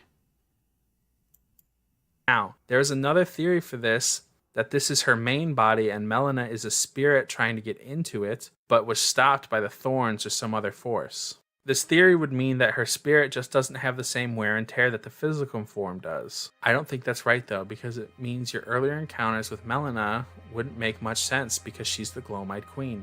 Not to be that guy, but would anyone have really not helped her if we had known who she was? It's not like we're ever told anyone we meet about her. The only person who had any idea of her existence is Creary, and that's something for another time entirely. So why would she lie to us? I mean, we're willing to go to the Frenzied Flame on a whim. Like we care if she wants to kill the demigods. There is arguably one other person with Ronnie, because Ronnie doesn't appear at Halle Church until you get Torrent, which means Melina has visited you. Because she says, oh, you must ride like the spectral steed, so she makes that kind of connection, which, you know, is definitely ammo for people who like to believe that Ronnie and Melina are more closely connected. Collected. Dr. N says, the Deathroot eyes have enough assets for us to make a comparison and see it's not the case. Yeah. Some people say that Godwin sort of looks like a clam, but to you, he looks like a big shelf mushroom. Maybe. We could let Zeostorm know about the mushroom theory. Yeah, and the Gloam-Eyed Queen stuff and Deathroot might get explored more in the DLC. I wouldn't hold my breath, because I feel like this might just be asking for another Londor DLC situation where everyone's convinced they're going to go to Londor at some point in Dark Souls history, and then they just never do. No, Melina plays the part of an innocent, naive girl, and I think she actually embodies that part well. While Melina knows who her mother is and her role in freeing her from the Erd Tree, I don't think she is her mother. Now, this is the theory I'm least sure of, so I don't want to put too much stock into Melina not being the Gloam-Eyed Queen. As for the most part, my evidence is pretty circumstantial. I think overall this isn't one of the more important theories in this video either. I just know that it's a hot talking point, and I wanted to give my 2 cents if a definitive answer is never found. I am sure, though, that she is connected to the Gloam-Eyed Queen, and actually I have definitive evidence that the Cold Witch is the Dusk-Eyed Queen as well. At the time of writing this, the only place there is literally any discussion about this key player is on the literal wiki page. But Torrent is kind of a big clue to answering the world's secrets, don't you think? Torrent is accompanying Melina at the start of the game, and Ronnie also knows about Torrent, and at the behest of its previous master, gives you a spirit bell. I have 2 theories of who Torrent's previous master is, but the most likely one is the Dusk-Eyed Queen. That ring you see her grasp in the Frenzy Fired ending, that's Torrent's spirit caller ring. I think this points to her. It honestly took me a long time to realize that this was Torrent's whistle. I thought it was just like the very last fragment of the Elden Ring that fades away, but no, it's definitely the whistle because of the thing, the little gap there. But yeah, I'm a little bit worried about what wiki he was looking at when he came to this conclusion. I'm afraid he's not going to say, and we're all just going to be like left scratching our heads. Her being the previous owner of Torrent. I think this makes it obvious that the Gloam-Eyed Queen either had a mastery of spirits or knew someone who did have a mastery of spirits. So her creating her daughter Melina as a spirit offshoot of herself seems likely. She gave a spectral steed to Melina to be able to get around in spirit form, and she told Ranni if she should ever find someone who was worthy to ride Torrent, that she should bequeath the spirit calling bell on them. This fact is also more evidence that Melina is not the Gloam-Eyed Queen, because while the Gloam-Eyed Queen trusted Torrent's judgment enough to tell Ranni to give the spirit caller's bell to whoever was on top of it, Melina is skeptical of you, saying she only followed Torrent's lead and pretended to trust you. So while that trust is shared between the Dusk-Eyed Queen and Torrent, it's not the same for Melina and Torrent. And with that, the story of Ranni. And again, I just want to say, citation needed. He's really inflecting a lot of his personal beliefs onto the text of the game, which is not really there. And Melina are solved, thereby showing you the character you play is actually an Albinauric husk housing Miquella's soul. Wait, what did he say? Unironically, wait, what did he say? What the fuck? Hold on. Solved, thereby showing you the character you play is actually an Albinauric husk housing Miquella's soul. Wait, who? Shared The character between you the play? Dusk-Eyed Queen and Torrent, it's not the same for Melina and Torrent. And with that, the story of Ranni and Melina is solved, thereby showing you the character you play is actually an Albinauric husk housing Miquella's soul. He's saying the player Wait. character is Miquella? An Albinauric Miquella. That's okay. V-Limit had some commenters say this. You assume this is where that came from? Okay. This is crazy downtown banana pants. Honestly, like, this kind of makes me want to just stop watching here. But, yeah, there's been so many issues throughout this video that it almost feels not worth entertaining this, but I think we may as well keep going for now. Unless you guys really just want me to stop it here, but I think we can go at least for a little bit longer. What did he say? This is gold? Okay. Fuck? It's Well, entertaining. Like the video, leave a comment and book. I was willing to listen to this motherfucker's crackpot theory on mother and son relations, but the main character being Miquella, this man has lost his damn mind. Well, at least he said it. Possibly back this up. Well, of course I can. But first, I should probably talk about Miquella, as I have obviously skipped over his story to talk about it here. Miquella is the son of Radagon and Marika. Or, if my theories hold true, he is the son of Radagon and the female Godwyn. His sister is Melania, and they were both cursed at birth. Melania was cursed as the goddess of rot, having the rot festering inside of her, and Miquella was cursed to forever be a child. They also had their blessings too. Melania was the ultimate warrior. While she wielded a blade, none could best her. The only individual who was her equal in combat was Radahn. This is I like how you guys like continue, and then immediately as soon as we do, you're all like, what? Teen Sith says this is a really interesting time capsule of early lore. You could say that again. This is pure Pepe Ofnir. Who is the female Godwyn? It is Godwyn who is the female Godwyn, which is Marika. Marika is the female Godwyn. Haven't you been watching, Hey You? Actually, no. You came in late. Welcome to the stream. incredibly important to what's been going on with Miquella. While Radahn has his own separate storyline about his deeds, holding back the stars and his idolization of Godfrey and Radagon, one of his main functions in the story is to show how powerful Melania is. Knowing the deeds of Radahn and having him fight her to a standstill shows how strong she is. Why is that so important, you might ask? Because she's twins with Miquella, and Miquella's intellect is rival to Melania's strength. He crafted items that allow... Hold on, I've been saving this for a special moment. So, I guess that moment has finally arrived. His intellect rivals Melania. Allowed people to fight off the influence of the outer gods, and he created a tree on his own that was rival to the Erd tree. We are to believe it failed, but I think it actually served its exact purpose. Knowing that Miquella is the most intelligent being is important, and believing everything I've discussed up until now, we can truly break down the most amazing character in the game, Miquella. As said multiple times before, Melania and Miquella were born cursed, and Miquella's sole goal was to undo these curses. However, we didn't talk much about why they were cursed, even though I've heavily implied it before. When Marika was birthing Godwyn's children, they all came out as omens.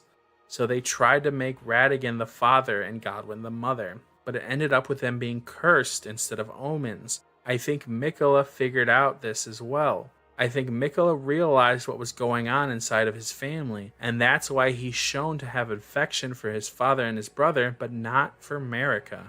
It is shown that in his earlier years, he loved the Golden Order and his father, and showered his father with newer and stronger incantations. By the time his father gave him an incantation as a gift, Miquella is shown to have lost faith in the Golden Order, and it's said that it's because... That's just because as soon as your parents start doing the common day trends, it really just no longer becomes cool or interesting. The Golden Order couldn't help him, but I believe it's because he understood that it's the Golden Order that was causing him to be cursed. This would be about the time the Halig tree would have begun to grow. Miquella would spend his time growing this, and it was believed he was trying to grow it to be a new Erd tree, and use it to get rid of his curse. We are led to believe he failed and died. Obviously, I don't agree with this. So let's talk about what happened when he planted the Halig tree.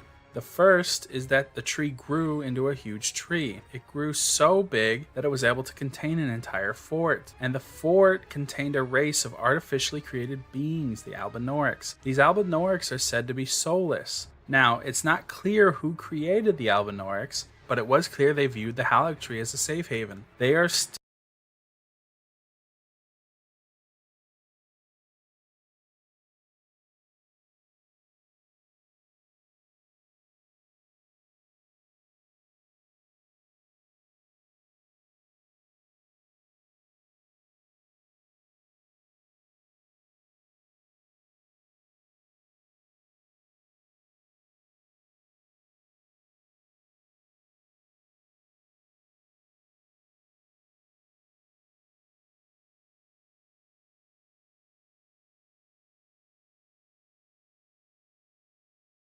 I muted myself. Okay, yeah. So I would have said that the whole claim that the Albinaurics are graceless, I think, is technically wrong, in that we do get multiple spirit ashes of Albinaurics, and instead they're described as graceless. So on a first glance, you might be able to argue that like the soul is stored in grace. I get that, but I also had to reconsider that thought based on how Latenna gives us spirit ashes, and how we could also get the second generation Frog Boy spirit ashes. And for what it's worth, I don't think it's worth differentiating the soul from the spirit in this context. But who knows? Thanks for letting me know I was muted. still protecting the Halig tree even now. I want to point out, while we don't know who initially created them, it's clear Miquella perfected them. All of the knights surrounding the Halig tree are Albinaurics. Even Melania's most trusted and faithful knight is an Albinauric. And these are perfect representations of humanity. They are... And again, it is only hearsay that Loretta is an Albinauric, and it's stated to be a rumor in the game itself, and doesn't actually seem to be true. Did he say the Halig tree created the Albinaurics? I think I lost if he did. He may have. It's impressive how confident he is. Yeah. El Degusto says, they think most people get grace from birth and the Albinaurics don't get grace by default. It's technically possible to be endowed with grace. Maybe it's the same with the omens. still protecting the Haligtree even today. And not only that, they are the most pristine representations of any life in the current world. Even their armor is the only armor that has yet to lose its vigor and shine in the Age of the Shattering. This is how Miquella created you, or at least your character. He created a Tarnished of no renown to house his soul. One thing I didn't mention in Ranni's section is that the Dusk-Eyed Queen would have been killed by Malekith at this point. However, it's clear she isn't completely dead, but instead imprisoned in the Erdtree. One of Miquella's plans for the Haligtree was to... So before he goes off a little bit further on the rails, off the rails there, I would kind of agree with this general premise in that some people take for granted that the Gloam-Eyed Queen must have been killed by Malekith, but technically the text just says she was defeated, and there is a difference between killed and defeated. And this is something that's consistent between Japanese and English as well. So it's possible the Gloam-Eyed Queen wasn't killed in the traditional sense, and she could very well be imprisoned within the Erdtree. But I think that story is best left for another time, perhaps. Killed by Malekith at this point. However, it's clear she isn't completely dead, but instead imprisoned in the Erdtree. One of Miquella's plans for the Haligtree was to use it to communicate with the Dusk-Eyed Queen. There are a few pieces of information I have that make me believe this is the case. The first is that one of the Black Knife assassins is protecting the entrance to the Haligtree. Miquella was not one of the marks for assassination. So what is one doing all the way out here? The other ones are found in locations that make sense. Near Marika's bedchambers, near the capital, near Ranni's main base. But this one's placement doesn't. However, when you think about it from the perspective of Miquella was helping Ranni and the Dusk-Eyed Queen, it makes more sense. But I guess there isn't any evidence that Miquella would help them, right?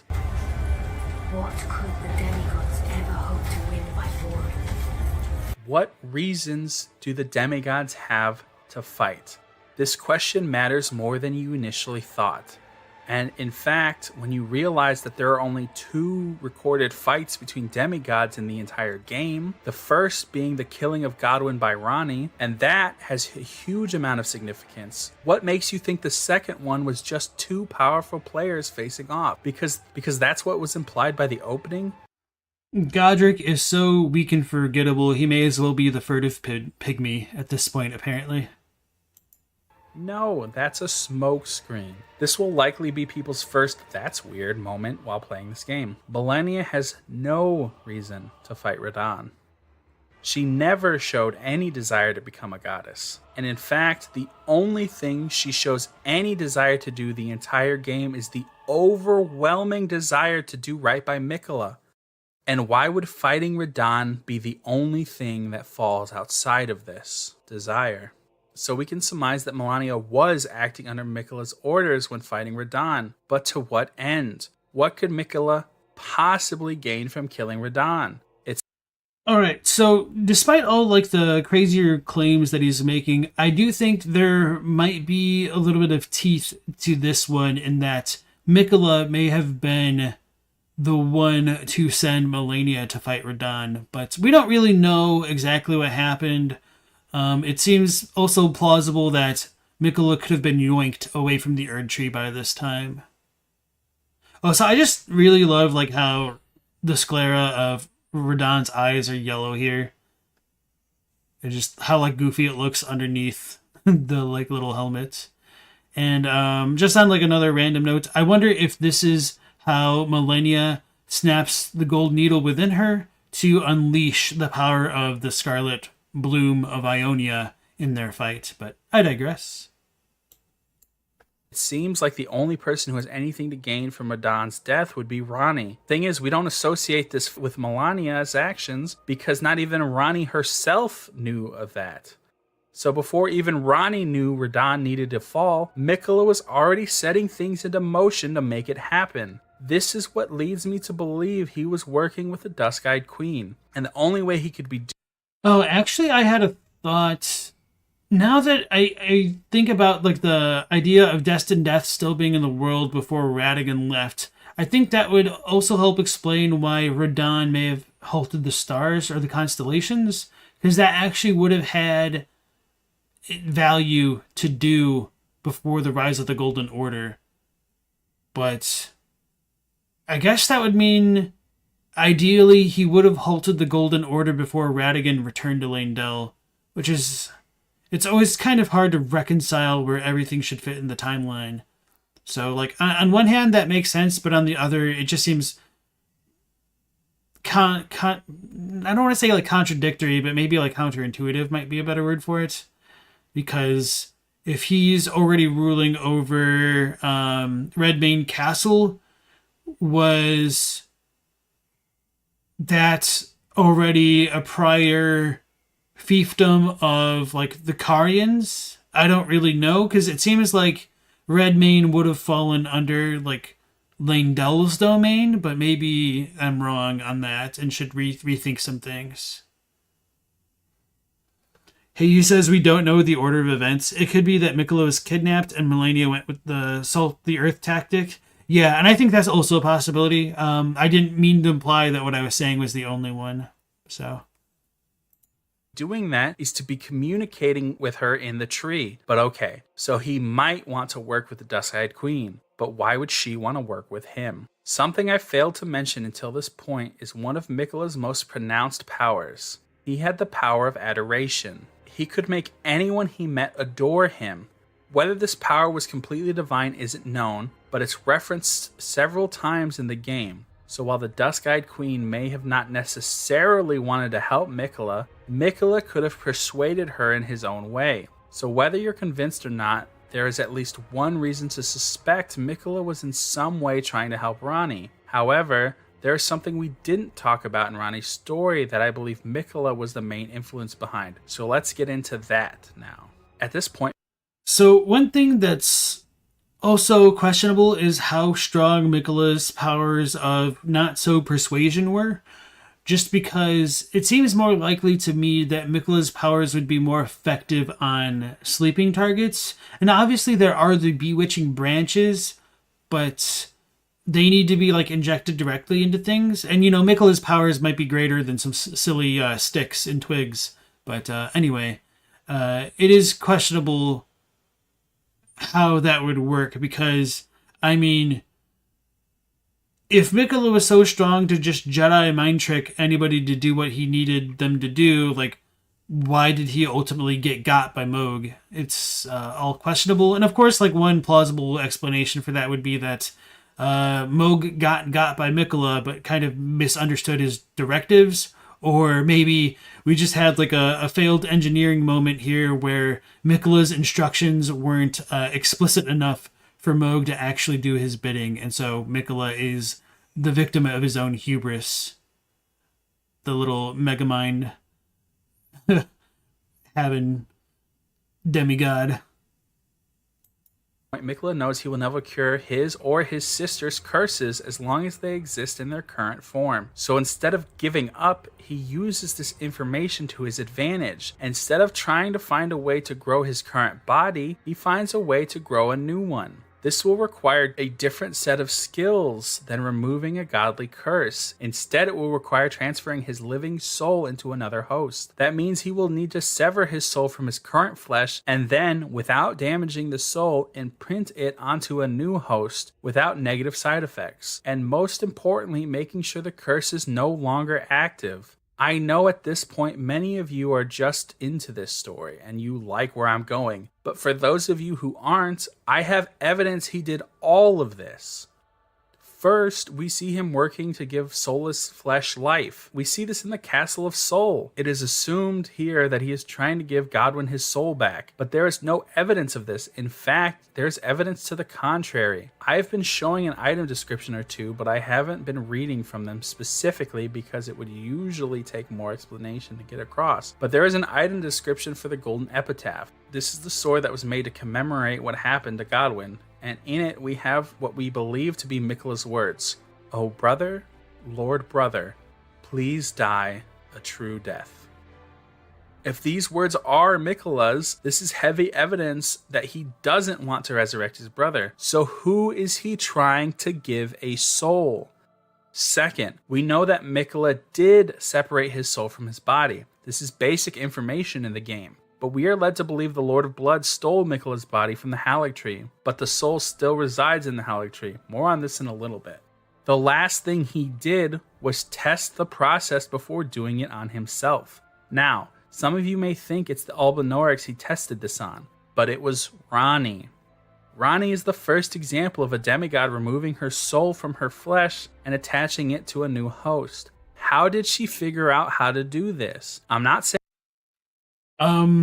Obviously, like, there is also the potential with the primeval glintstones that the ancient sorcerers used, but going back to the whole, like, eclipse stuff with Godwyn and wanting to grant him a proper death, those could potentially be related because the eclipse is said to ward away destined death, and with destined death kind of taking form in Deathroot, maybe Miquella's thought processes could have been, if we use the eclipse that can stop destined death, that could stop Deathroot and finally give Godwyn the peace that he needs.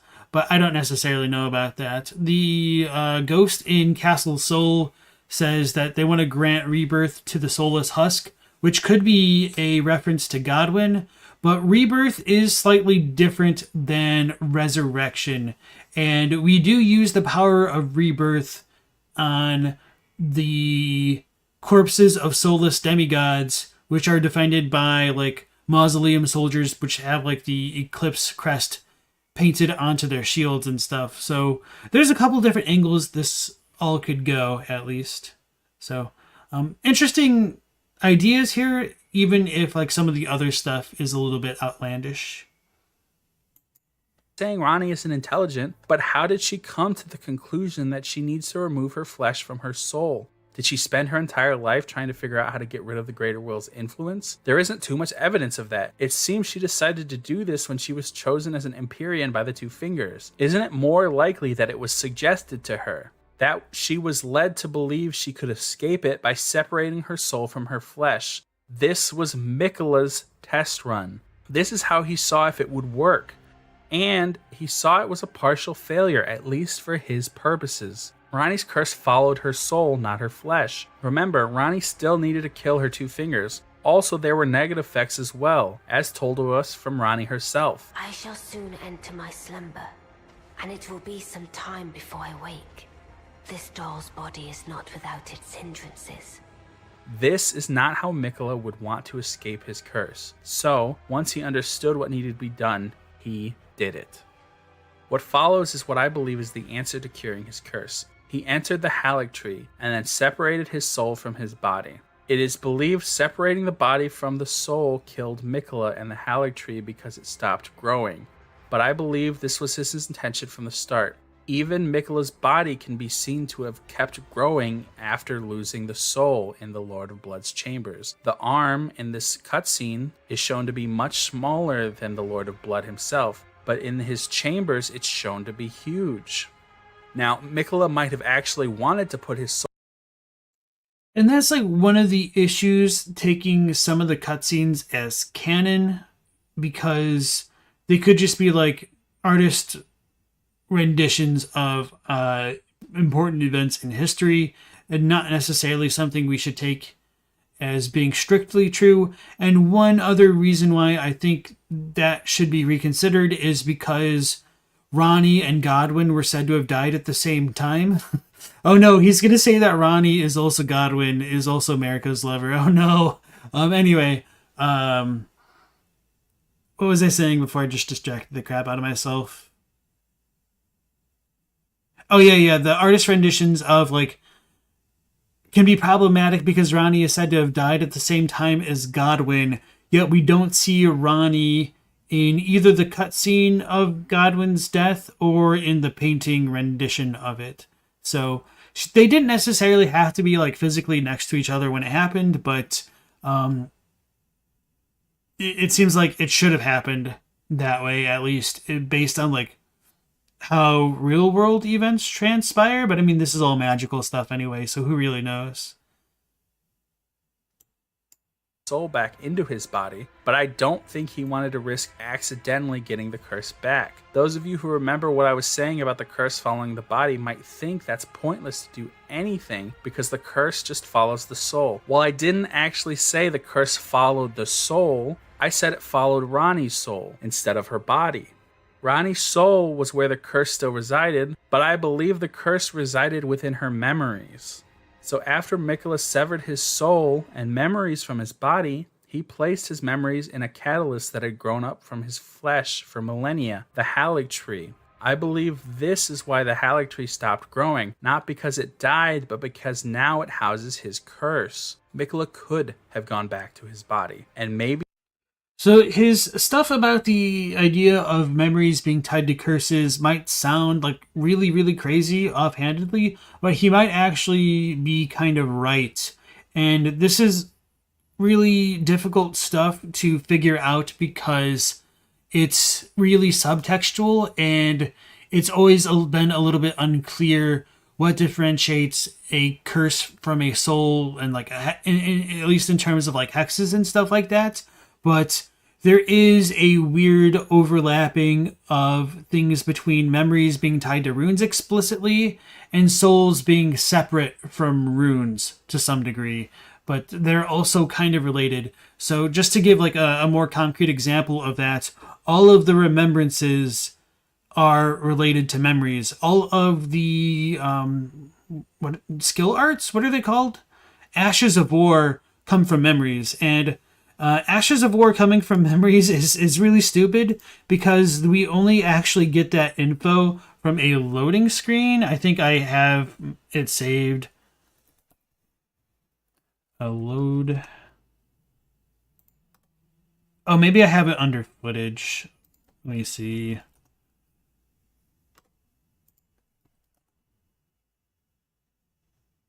Oh, this is not going to bode well. Okay. Yeah, I'll just leave it alone. I do know that I have like a picture of that on my gold and silver video. I just don't remember what I labeled it exactly as off the top of my head. Though I was hoping it should have been around here.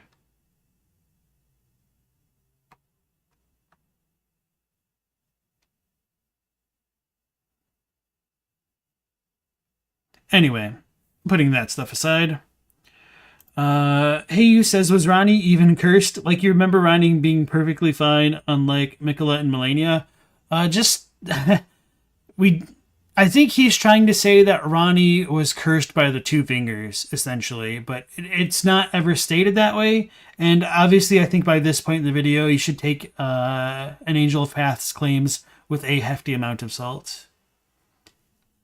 Evil Noah says, you mentioned before how you speak slowly and enunciate to make myself more clear as possible. You never had a problem with that, and after this video, you really appreciate that now. Okay, thank you. It's the guy phrasing new things as if he'd already said them before. It gets confusing. It's really easy to fall into that pitfall as you're like writing in general, because you know what you want to say, and you may have thought you've already explained it previously, or like your train of thought goes from A to B to C clearly in your mind, but to somebody else's mind, you might go from A to D with no B or C to connect the two. And that's something that I struggle with. And because I do struggle with that, I often tend to repeat myself. So that way I think people can just like follow what I say a bit more clearly, which can come across as being a little bit condescending, or that I don't think people are following what I'm saying. But by the same token, if I don't do that, sometimes I can end up skipping points and then people don't follow what I say, which is kind of a bit of a damned if I do, damned if I don't situation.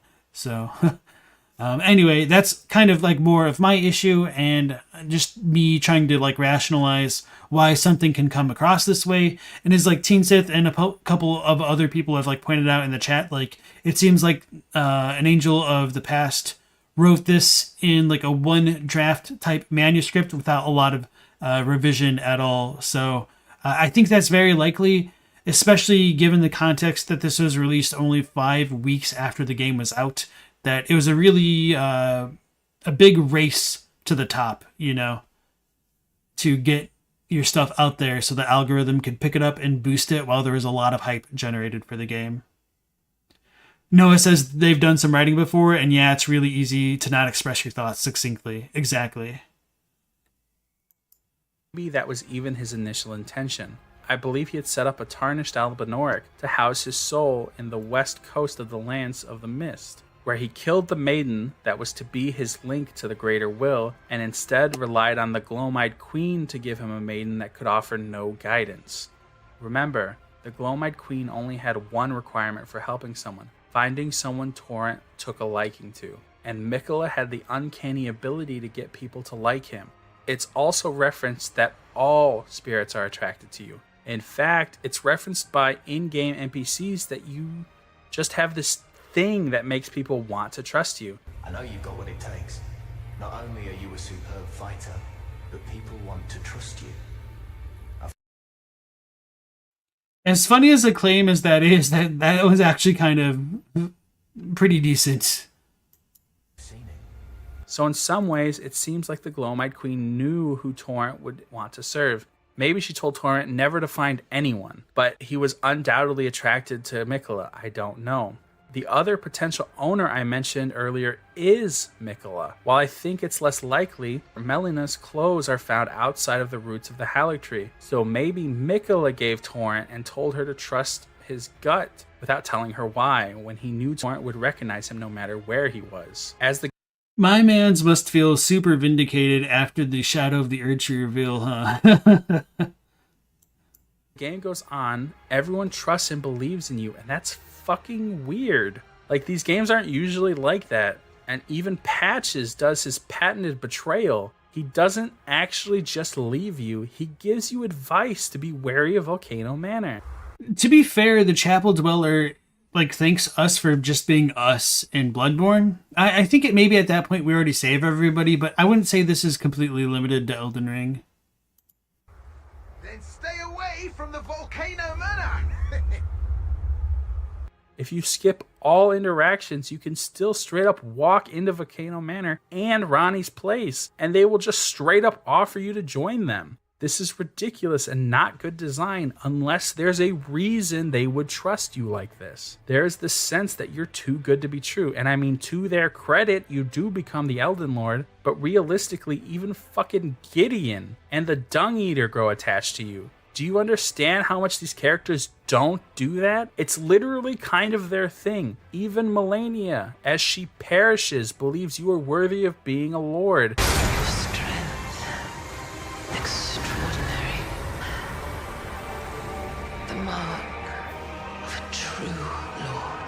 And the only person... I mean, to be fair, this is such a stupid Japanese shonen trope, you kicked my ass, you're a good guy, I like you. Or, you kicked my ass, we're eternal rivals, you're the best. I can grow because of you, kind of stuff. It's just it's shonen logic. I don't really think there's anything else that you can say about that. She would ever think that of is Miquella, which she has no problem reminding you over and over again as she kicks the shit out of you. I want to point out that she doesn't die either. She blooms into a flower that the main character uses to insert another needle into. There's more to the end of the story than I'm explaining here, but I believe wholeheartedly that Miquella ends up saving her too. But this is it. This is the story of Elden Ring, and it kicked fucking ass, dude. The truth is, I don't watch any videos on any of the games I do a video about until I finish my video about them. The reason is because I want to make sure I present something enjoyable to consume and semi-realistic. If I watched other videos, their theories would taint mine, and my videos would just be kind of samey. That has a negative effect, though, in the fact that I don't know if what I'm talking about has already been proven verifiably wrong, or going on the assumption that it's been proven one way or another. While I hope you liked my video, I guarantee not everything is 100% accurate in it. There is a lot of speculation, and to be fair, much of FromSoft lore is speculation. Why channels like VadiVidya are bringing the gospel, and if you like this video, you should definitely check him out. He does a lot more speculation than I think people realize. But I'm getting off topic. My video, while entertaining, might not stand the test of time. But what I hope is that the comments do. Please feel free to add speculation and proven facts in the comments. I love reading them, and I've got to be honest, writing this video, while super fun and honestly very thrilling, is kind of sad. I wanted to talk. I had my mouse hovered over like the pause button for a while, so that's why like the play bar was still there. Anyway, I can definitely appreciate the route of not looking at other content creators' work if you're working on a video as well and not wanting to have your perspective influenced by others either directly or indirectly, which is definitely what I did for the longest time. And now that I'm kind of exploring this side of YouTube more, I'm learning more about what other people had to think. So I do appreciate that he gave his disclaimer about most of this stuff being speculation towards the end of the video. I do wish it was a little bit more overt early on, but I mean, if you guys remember the intro, he was very clearly like trying to build up hype, which is just all a part of showmanship and entertainment, and I don't really begrudge that because, I mean, we all have our roles to play. So, so far, I think, although it's not like my favorite video in terms of like lore analyses go, it has been entertaining, so I do appreciate it for that much. Talk about these theories all over the internet, but I couldn't because someone who is much better at editing and writing than me would have made like 5 videos on this before I could, so I had to keep my mouth shut. Anyway, I hope you enjoyed the video, and if you did, you might enjoy my Kenshi video. It goes down a similar rabbit hole in the world of Kenshi. You can watch it by clicking here, or whatever my latest work is by clicking here. Bye-bye. Alright, so that was Elden Ring's Hidden Story. Disgusting me. By Angel of the Past. We'll go ahead and paste the URL into chat if you guys want to go ahead and give him a like if you enjoyed it, even if you didn't necessarily agree with everything. We all gotta do our best on this platform. But yeah, I do agree with you, Hey You, that it's hard to take his words as speculation when he's using such definitive language. Your internet died there for a minute. Did you miss anything? We've finished the video, so we will be moving on to Quelaag's video next. Although, I think I should probably do a different video because I did not expect... Okay, so this was 1 hour. I thought this was... I had the 2 timelines messed up in my head. I thought this was like a 30-minute video, and it took us like 2 hours to watch it. Okay, so we will go ahead with Quelaag's video next. You'd like to see what his later videos have to say. Yeah, we might need to look at his follow-on videos after this. Maybe not like right now, but sometime in the future. Alright, so... next we have The Elden Ring Keeps Me Up at Night by Quelaag. I've seen 1 or 2 videos from her, and as I mentioned at the beginning of the stream, I first learned about what Miro boards were from her videos, and I did use this in the stream I did of Elden Ring's timeline a couple months back. So I do have her to thank for that. I do like her videos. I am subscribed, but like I said before, I have been trying to keep myself in the dark for a lot of other people's content, so that's why I've only seen a very few amount of her videos, but I have liked what she's produced so far. So this was produced 7 months ago, so it should be pretty decent. She is pretty methodical with where her connections come from, although this might be a bit related to some of the other things she's done, so we might be missing a little bit of context as we go, but we'll find out. You love Quelaag's crazy deep dives into the lore's rabbit hole. Well, here we go. Discussing Miyazaki's lore is always a trip, especially when you're trying to do it at 3 in the morning and you keep messing up. I'm going to actually just do this off of a script and re-record the video that I tried to record with y'all last night. She seems a little bit quieter. I'm going to bump up the volume slightly. You guys let me know if it's okay after this. You're scared? You have a lot of mechanical theories about the Elden Ring? Right. So this is take 2. Welcome.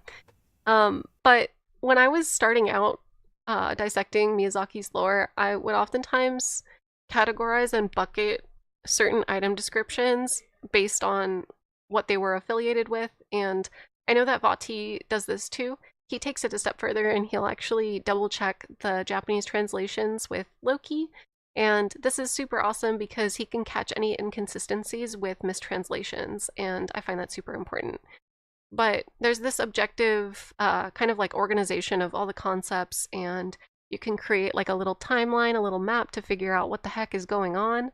And this is super helpful, but it does leave a lot of blank spaces in the timelines, a lot of big ass gaps between certain events. There's also, you know, a lot of metaphysical concepts or abstract things that are a little bit fuzzy.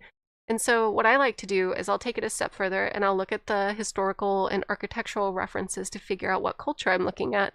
And then from there, I'll look at all the different religions and spirituality and like philosophical movements that are happening in that culture around that time period. And this is So yeah, I think this is very impressive, and I've thought about doing stuff like this. Honestly, like most of my organization is in my head, which isn't for the best for a variety of reasons. But just going back very briefly to like some of this stuff over here, one of the reasons why I don't do this stuff more often, I've done it to limited degrees, is because like one of the best descriptors I've heard of like FromSoft games is that they kind of have quote unquote spaghetti lore, in that you start with one noodle of lore like glintstone, and then you realize, oh, it connects I guess into like areas and like the different branches of glintstone sorcerers. Then it connects into Deathblight. So this noodle is one noodle, but it just goes all into like the holy stuff, potentially frenzied stuff, Godfrey, Crucible Knights, the old depiction of the Elden Ring. It just all clumps together. So for me, it makes it really hard to try to like make these more hard distinguishments between like schools or branches when everything just ends up blending together the more you look at things, which is very frustrating. But definitely kudos to her for like making this stuff. It's very time consuming to do this stuff. I do admire the way that she's able to make it aesthetically pleasing, and also very organized at the same time. It's definitely a lot of work.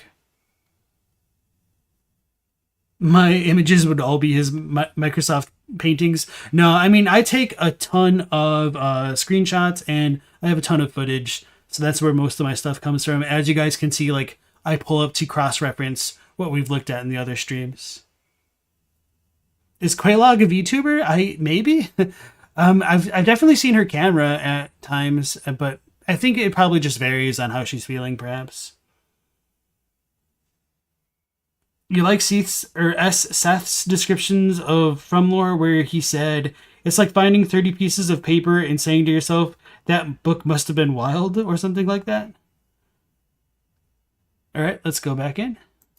This is super helpful, but it does leave a lot of blank spaces in the timelines, a lot of big ass gaps between certain events. There's also Miyazaki's like thesis do with metaphysical spiritual concepts. So let's fucking back it up. Let's rewind. The best thing that we can do in order to understand Miyazaki's like thesis or just like overall theme of his game is by checking out his interviews and understanding the man himself. Obviously, we've talked about him before. He went to Keio University. He has a degree in social sciences. He is a really big Western literature fan. He loves Magic the Gathering. He loves tabletop games. He loves a lot of things, and he actually wasn't allowed to play video games until much later in his life, around college. So he's more of a literature, mythology, spirituality boy instead of a video gamer, which is cool. I love this. I love this about him because he definitely stresses the importance of literature in his books and spirituality and mythology. I love that. And then we have George R. R. Martin, who typically likes to focus on history. He will use in his Western fantasy books, he'll use real life historical events to talk about the framework of a particular conflict during a time period and get into the drama of it all. So Game of Thrones, A Song of Ice and Fire specifically, was based off of War of Roses, which was a war between a bunch of different families that believed that their house deserved the throne at the time. So This leads to a very interesting conflict within history, and it's very human. It's a very human conflict, and I think that that's why parts of these series really resonate with people. I'm sorry, but as soon as she said it's very human, my mind just went to like all those like meme Chinese videos of like the fake engineering stuff where like the design is very human. People, because even though the characters aren't necessarily the most likable, they have very human elements that I think a lot of us can relate to, or we can find ourselves caring about them in some way. It's the drama. It's the drama of it all. So, the reason why I like to look into creators and, their other works and their interests, their hobbies, is because there are a lot of creators out there, like directors or authors or even visual artists, who don't like to talk about the meaning of their works for a bunch of different reasons. There are some artists or directors who won't talk about their work because they want the viewer to go on their own journey. They want the viewer to go through like this journey of spiritual enlightenment or personal enlightenment. They want you to do research. They want you to reflect on the content of their story and have a little bit of a spiritual awakening, have a little bit of a moment of relation to the author. So yeah, I think she's definitely on the right track here in multiple points in trying to analyze the creators of the game and their interests to gain a better understanding of where they're coming from, and also on the idea that Miyazaki wants people to have a more organic, direct relationship with his works that are more individual based rather than something that needs his authoritative guidance to make people feel how he wants them to feel, I guess. So I think one good example of that is how in his Drained of Blood interview, the interviewer asks him what pale blood is, and he says you could interpret it a couple different ways. And then there's actually one really clever like double speak, maybe not like double speak, line. Let me look it up if I can real quick. Interview.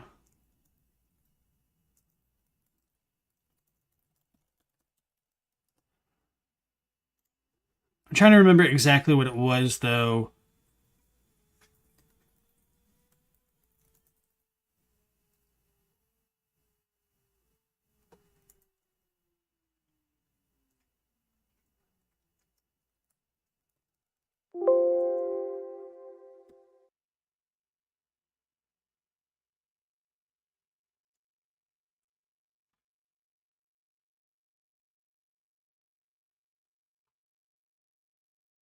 Okay, I think this is a pretty good quote for it. So, the interviewer says, so the world of Bloodborne has the Hunter's Dream and then several areas referred to as nightmares. There is a world that serves as the game's reality as well, right? And Miyazaki says, so you're asking if areas like Yharnam are meant to be reality? Well, that has some implications within the story. Yharnam at night with the Hunters and all truly is a nightmare-like world, but is it actually a nightmare? Or was it? That kind of thing. I think different gamers will have different interpretations of that, especially depending on which ending they reach. That's something deliberate on our part. This might be going off topic a bit, but I like reading about how gamers interpret or think about the story and world of my games, so I don't want to rob them of that space for open interpretation. That, after all, is part of the fun I get to have after development, lol. Still, this can often be a delicate thing, and I'm not exactly an expert at it either, so I can't be confident yet about whether it'll go well or not. Apologies in advance if it doesn't then. And then I think he has something else. Maybe not.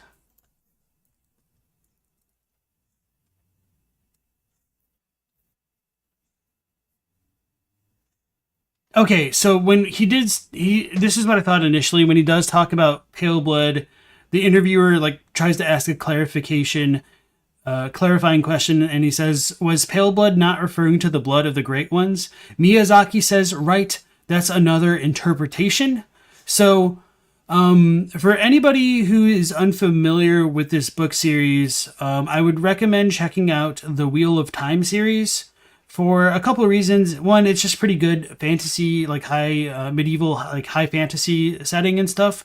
But there is a faction of magic users called Aes Sedai, and part of the way that their organization is structured is that these users of magic want to appear dependable and trustworthy to the population at large. So they've taken oaths to never be able to tell a lie. And so, despite having taken these oaths not to lie, they will try to twist words in their favor. So they're not technically lying, but they're misleading people to believe what they want to believe at times. And so that's a very important thing to be able to look at language and understand whether or not something is being said one way or not. So going back to this quote, he's saying that's another interpretation. He's not saying, oh, whether that's a proper interpretation or if it's true or false. He just says that's an interpretation, which almost means nothing. And of course, this is probably like translated back from Japanese, so he may have said something different. But I think this is probably, a pretty direct one-to-one correlation here. But nonetheless, it is an interpretation that pale blood is another name for the monster that comes from the moon under certain conditions. So I think it's kind of important to keep a lot of the stuff in mind. And then the other thing worth considering is just like how much is just kind of press work and how developers are financially incentivized to keep hype going for the products that they want to release. So it's important to view things through that lens, that it is beneficial for them to play up what they're trying to sell to the players. So keep that stuff in mind. Like I said a moment ago, I do think Quelaag is on the right track for looking at this stuff here.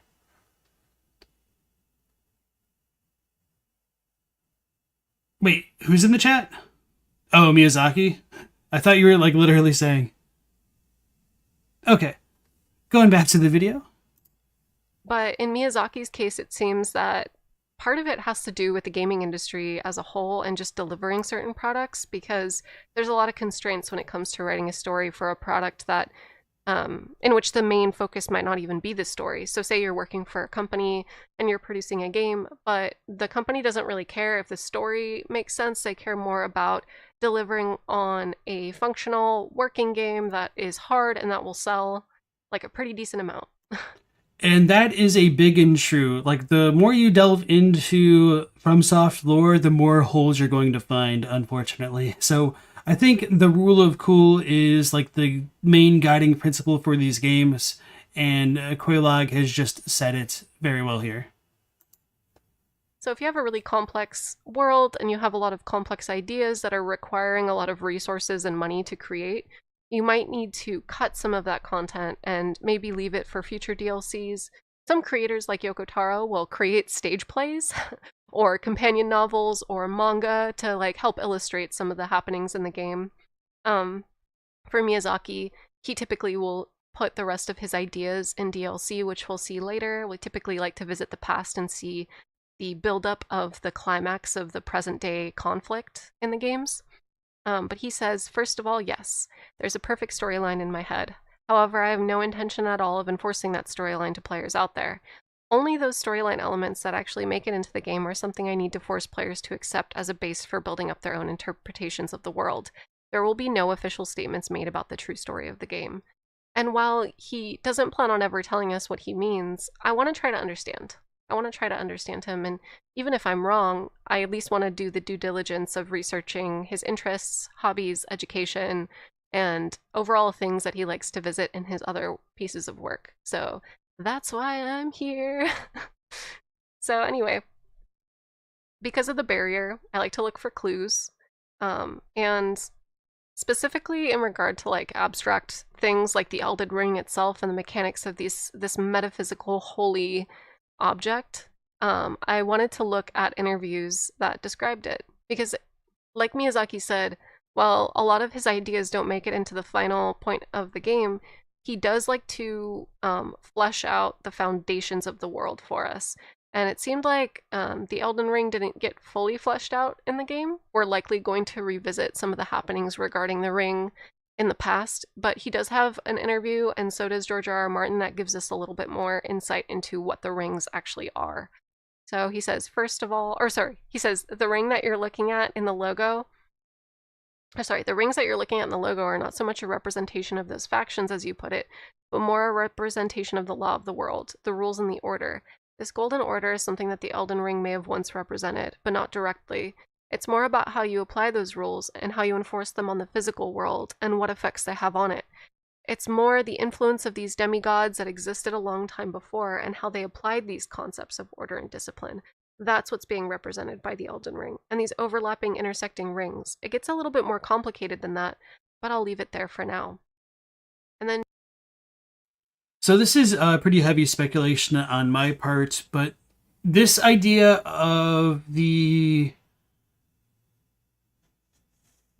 demigods that existed a long time before and how they applied these concepts of order and discipline has made me wonder whether or not the Elden Ring was something that was gradually built up over time, and whether or not like Millennia's Elden Ring fragment originally came from like the God of Rot, and there was like the equivalent of like a mending rune related to the God of Rot, and maybe you could apply that to other like metaphysical concepts in the world of the Lands Between. But I don't really know about that for sure. That's just kind of one idea I've had, and it does seem like it could be contradicted elsewhere, but I feel like it's at least worth bringing up now since this kind of reminded me of it.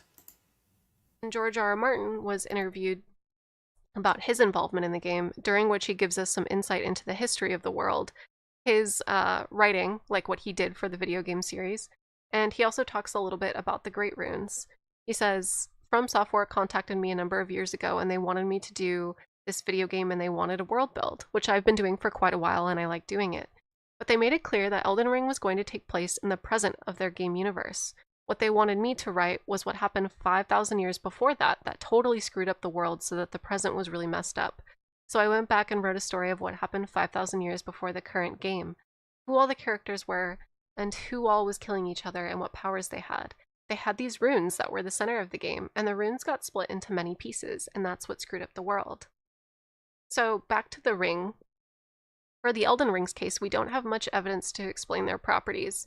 In fact, I don't trust the narrator who's even talking about outer gods in a lot of the item descriptions because, as we know with the aspects of the Crucible, the attitude about certain groups have changed during the course of the game's history. So, for example, aspects of the Crucible used to be considered holy, but they're now disdained as an impurity as civilization has advanced.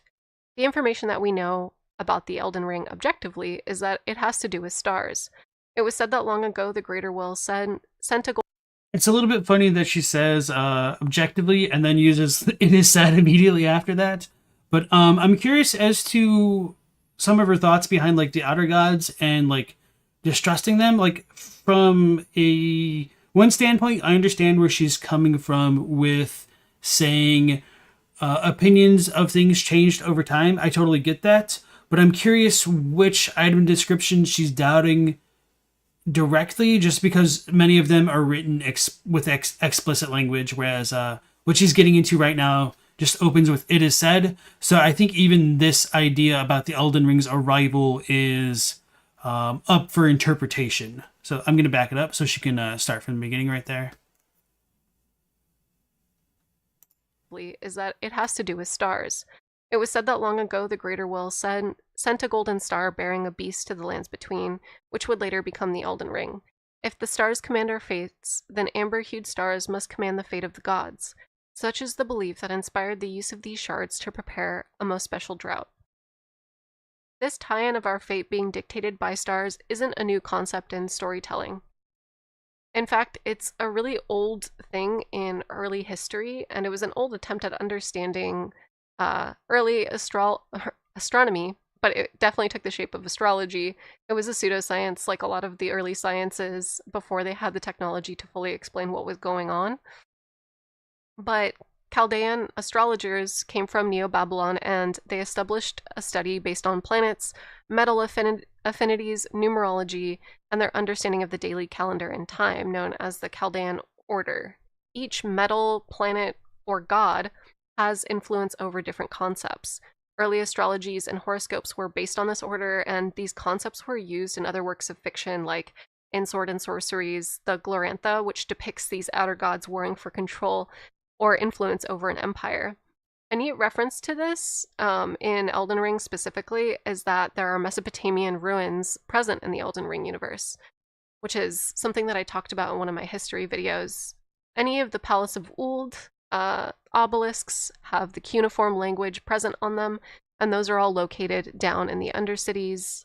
Some of the cuneiform can be found above ground, and some of the statues of the old wizened man exist above ground too. But I already talked about those in another video, so please check out that video if you want more on Mesopotamia and a lot of the early Western history. But starlight is the light that's held in these stars, and it's an ingredient used in droughts. Stars or meteorite stones and crystals can also hold souls, or in this case, runes. When we kill enemies, we get their runes. Remembrances are just a series of runes. It's effectively written language that allows us to remember the fallen, and that's what runes kind of symbolize in a metaphor. So I think she's trying to say that runes and souls are interchangeable. She might not really be trying to say that, but that's kind of how it's coming across to me right now. And just kind of what we mentioned in the previous video we watched, I don't think they should be taken as a one-to-one thing for a couple reasons, just because spirit ashes seem to operate a little bit independently from runes, and I'm struggling to think of a more concrete example of why I think runes and spirits are different. But at the very least, there is a large amount of overlap with the way that runes can be changed into remembrances, and how remembrances are the memories of the fallen, and how those get hewn into or hewn by the Erd Tree, depending on which description you look at. Physical concept. So, a lot of the malformed star imagery, looking at a stele, seems like it has to do with the fate of our stories, the fate of our storytelling. So sorry to interrupt her again, but part of the reason why I think souls and runes are a little bit different has to deal with the dichotomy between the two types of starlights that we find in the game. With the blue starlight shards, which are the normal ones, they seem to be more tied more closely to spirits and stuff, or the soul rather, and the gold stuff seems to be more tied to the Elden Ring brand of magic. And I think obviously with gold stuff being associated with the Golden Order and the Greater Will, that should be taken as its own thing, whereas Sellen's primal glintstone is able to house her soul. And I think there's another thing that you can't overwrite the soul with something else. So maybe it's because, I'm trying to remember, you can't really turn people into puppets with the amber one. And of course it's maybe a mess up with Ronnie. She could have her own situation. Maybe because she's already got gold in her, so the gold doesn't work. The same way we can't infuse weapons that already have memories, remembrance style weapons, with other ashes of war, which are memories, I guess. But I think memories are different from souls, but they kind of overlap, just to repeat myself, I guess. In the stars as an omen, and that's something that the Chaldean astrologers studied quite a bit, was the omen of the stars. And the fact that a stele is referred to as a star of ill omen is also present in Chaldean astrology. A star of ill omen is typically caused by divine forces being upset. Oftentimes kings would have to be sacrificed in order to appease the outer gods. However, during an eclipse, it blocked out the visibility the gods had on us, and these celestial events would allow others to take the place of their kings, or you could use an animal or have a symbolic sacrifice to represent your sacrifice as king to appease the outer god. And this is super cool because this little reference is actually hinted at with Miquella's walking mausoleums. It seems like this eclipse has the same sort of meaning of soul transference, or kind of replicating souls, or duping or kind of like finding a what's the word? Like a shortcut or a what's the word? Oh my god. Hey, it happens to somebody else other than me, being at a loss for words. Like a loophole. There we go. It's like finding a loophole in order to save somebody's soul, which is a really cool little historical nod. So stars control fate. Let me backtrack really quick. What happened to the Chaldean astrologers, though, in history? They relocated to Rome, actually. And they were also followed by other people within Mesopotamia that came from the east. Worshippers of Jupiter or Sabazios were in Anatolia, and that is also known as the cult of the Three Fingers. Here's an image of it. And then they were also accompanied by Jewish. I did not know about this. Or no, I think somebody has mentioned this to me, but I haven't like looked into it directly. People, and they practiced the Sabbath, obviously. There was a Roman praetor named Cornelius, and he fucking hated people from Mesopotamia. A lot of Romans really didn't like people with other belief systems, whether they were pagan belief systems, but anything that allowed citizens to circumvent divine law. So say if there was the Roman pantheon and there was a bunch of different gods, it was very common for emperors to assert themselves within the pantheon. So everybody wrote their own little like original character OC, and they like put it in the pantheon of gods. And anything that I say as emperor means that it's divine law and you have to do it or else. And that was kind of the attitude at the time. But there were all these Chaldean astrologers and people from Mesopotamia that had this really cool new scientific fad, pseudoscientific fad, but at the time it was very new and fresh. It was very hip. It was very like fresh. I don't know what I'm saying. But they were saying like, okay, well, like the stars actually dictate a bunch of stuff. They dictate time, they dictate the passing of days, they dictate our fates. Like they can, we can tell if somebody has like an omen, we can figure out what's going to happen in your future. And Cornelius hated this.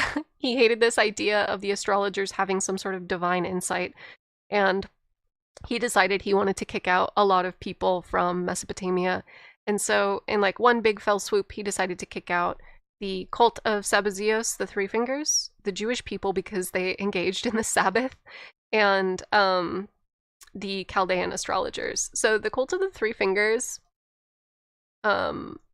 is super interesting because it's the worship of the sky god and also Jupiter. And I think somebody commented on my 1.0 playthrough that the name Shabriri is the name of a Jewish demon, so it seems like there is a more historical correlation between the Three Fingers and the nomadic merchants to the Jewish people than I would have guessed. So that's some cool info. It's conflated with Zeus a little bit, according to Greco Interpretatio. So we have this entity that kind of lines up with like our fell god fire giant entity that has like that north pole of Jupiter on it. It's really neat. It's pretty cool. So they get exiled from Rome, and those who try to remain actually get executed. And the dude, the praetor Cornelius, said that they were liars or slanderers, which is really interesting because Shabriri, whose name comes from Jewish folklore and myth about like a demon, is declared a slanderer or a liar. And it kind of makes me wonder about the authenticity of his crimes, if he was actually speaking lies or if he was saying things that circumvented divine law that Queen Marika or the Golden Order or the Greater Will didn't like. So whether or not he was actually speaking lies remains to be seen. But in all honesty, I'm doubting it based on like. All right, so Pony Boy, you told me about it. Did you get this info from Quelaag by chance, or is it just something you also knew?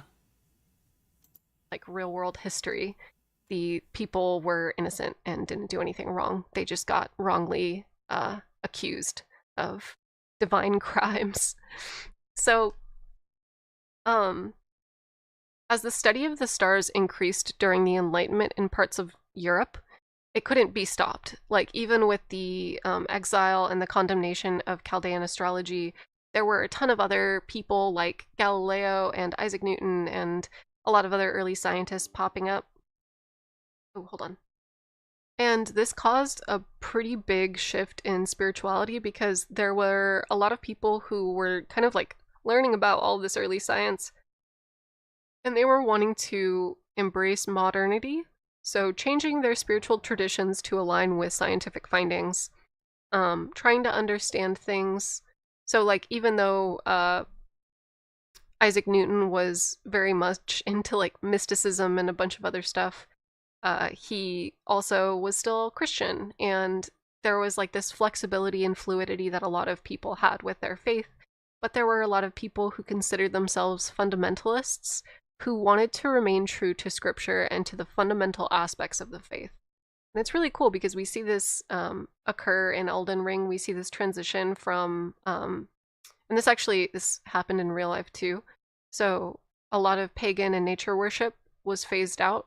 It was very difficult for the Catholic Church to phase these things out because oftentimes pagan deities and locations were physical locations and not just altars. You can't really destroy a physical location necessarily. So what they would do instead is they would build their churches on top of holy locations that were worshipped by pagans. And then I wonder if her icons are a little out of order here. It almost seems like this one should have come next because this looks a little bit more pruned down from this. But I don't know.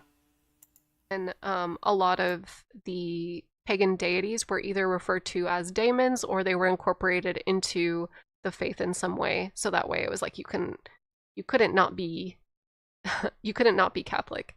And this is a process called assimilation, the process of absorbing other cultures into your own. But then over time they get phased out in favor of the fundamentalist ideals of that scripture or religion. So we have Godfrey's marriage with Queen Marika, and Godfrey is that Osgoth tribal group, and the worship of the tree slowly fades over time, and then we get more of like a Celtic, Germanic, Scandinavian knot, and then we just get the fundamentalists of Golden Order when Radagon merges with Marika and starts his age. So there's like this very big shift between nature worship and the Erd tree down to just the fundamentals of order and what order means to Radagon. It's quite interesting too because Radagon actually makes a point to go learn at the Academy of Raya Lucaria. He wants to go learn about the Enlightenment, and when he returns he has all of these like fundamentalist ideas. So it's quite weird, it's quite shady because it conflicts with a lot of the stuff that Renala was about. But I talk about that in my Liurnia video a little bit. So Goldmask identifies as a fundamentalist at the beginning of the game, and his goal or purpose is to look into fundamentalism to understand the truth. And he does this through ascetic monk practices. And what that means is a lot of monks kind of like during this... I kind of want to like zoom in on her Miro board. I wonder if she has a link to it in her description. Oh, it doesn't look like it. Because if there was, I would have linked it into chat so you guys could like explore it while we watch. Okay, that's unfortunate. I mean, there is like a limit to the Miro boards that you can have unless you become like a member or something like that, subscribe. So it's understandable that she may have gotten rid of it if she's like making other content with it. During a particular time period in Rome, would abstain from vain excesses like excess of food, excess of clothing, excess of material possessions in order to contemplate the teachings of God. A lot of that had to do with how desire shaped things like greed and lust and sloth and like a bunch of other things that are considered as like sins or kind of like bad. And there's also this questioning of like how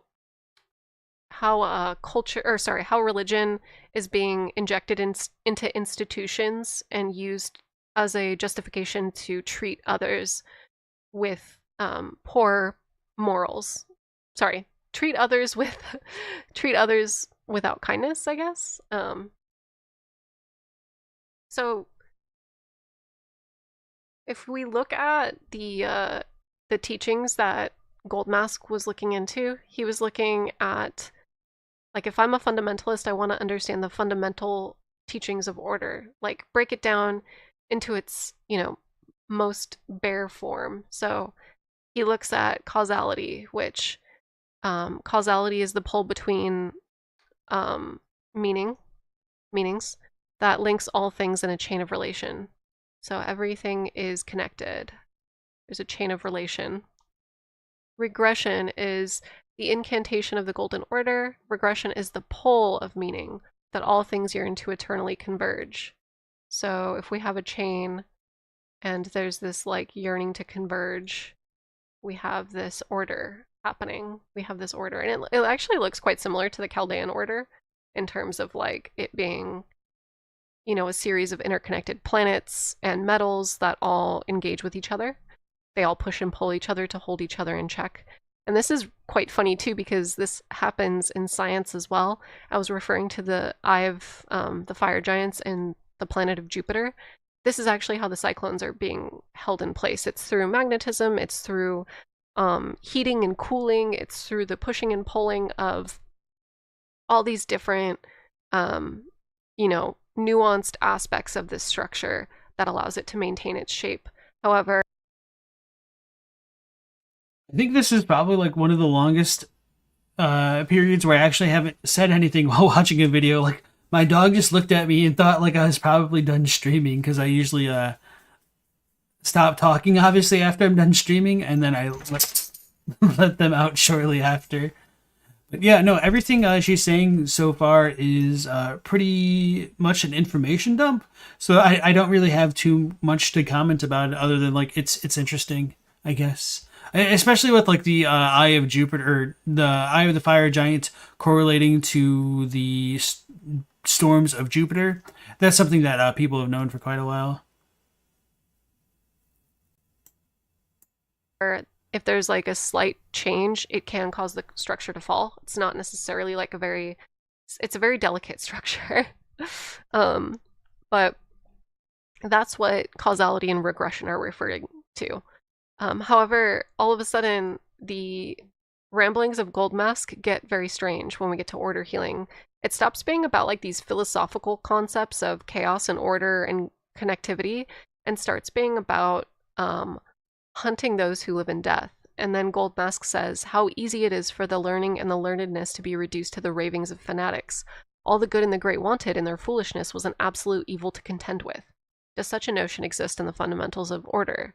And not really. If we're looking at order as like a philosophical concept, it's just a hierarchy or organization of information and, in this case, planets. So it doesn't really exist in order. There isn't really like a bad guy. It's just all concepts, So he kind of like points this out, and he's in disagreement with this. And then there's also Litany of Proper Death, where it says the role of the hunters is to stamp out all defiled reason, all for the perfection of the Golden Order. So this puts into question Queen Marika, the Golden Order, and kind of like this middleman between, the Elden Beast, or like what would be God, and everybody that exists.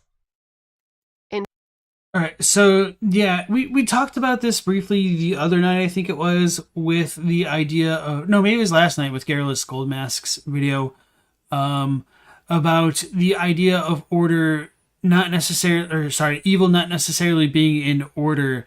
And part of me really wonders what would have happened to the lands between if Marika never shattered the ring after Godwyn had died and more or less transformed into Deathroot.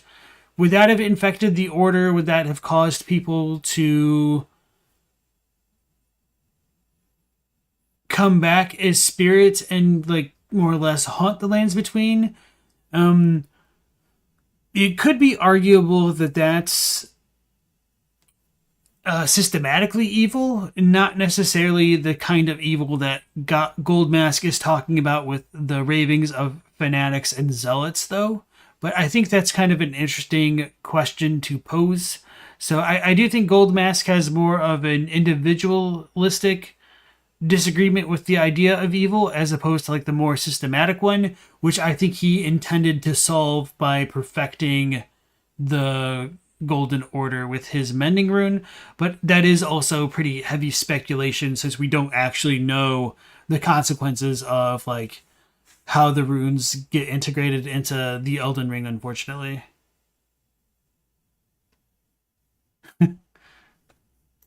In between God and us. So if we're like the people who are supposed to receive the message, and the message is from God, Queen Marika, the fingers, and pretty much everybody in between that's relaying this message might not be as authentic as we would like to believe. And this is what transcendental ascetic monks believed. They believed that the church and political institutions were actually causing a lot of corruption within faith. So that's kind of what Goldmask represents. It says humans are inherently good, society and its institutions, as organized religion and politics, are corrupting. Sorry, I read that weird. Humans are inherently good, society and its institutions, such as organized religion and politics, are corrupting. Instead of being a part of them, humans should strive to be independent and self-reliant. Spirituality should not come from the self, not organized religion. Insight and experience are more important than logic. Nature is beautiful and should be deeply appreciated and shouldn't be altered by humans. And St. Francis actually had a disciple who became...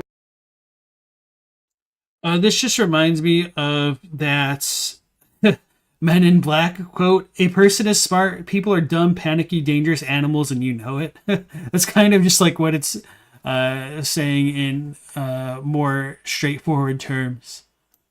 But obviously it just deals with like individuals have less incentive to be corrupted than like bureaucracies and organizations, I guess.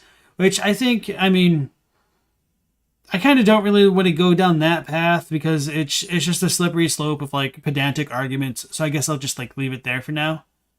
A saint as well, Saint Juniper.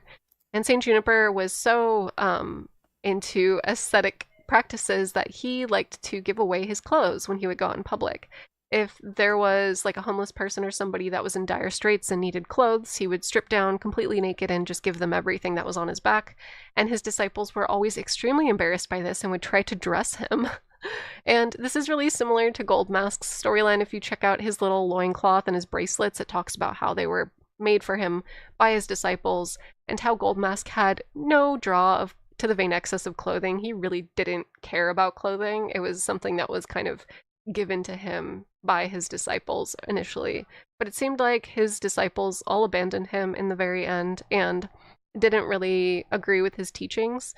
I initially thought that maybe he was poisoned in this scene because like there's this weird little flask of fallen stuff, but it seems like there's all these little words etched in the sigil, but it's weird because they kind of stop. Somebody was suggesting that maybe he was painting and that he just simply passed out, which would make sense. I don't think that's painting. I think of this more like an Etch-a-Sketch kind of, where there might be like an engraving on a surface, and if you use sand to fill in the engraving, you can kind of get a better look at like what it's actually showing up. So he might be doing something similar to that to just get a better understanding of what is depicted on this thing. And I think he probably already understood what the Elden Ring was in the depiction, so I think it's just like artistic liberty given to it, because it's not really like a pool of water. There's like more fine details into it, and so it might have been more useful for this stuff. And so he like stops once he like realizes there's nothing as it like starts to get into the tree and the ring portion, I guess. But who knows? He's almost like feeling it like it's braille, so I don't necessarily think he carved this himself as much as he was like just trying to study the inner artifices of the order. Dude was finger painting and then died of exhaustion.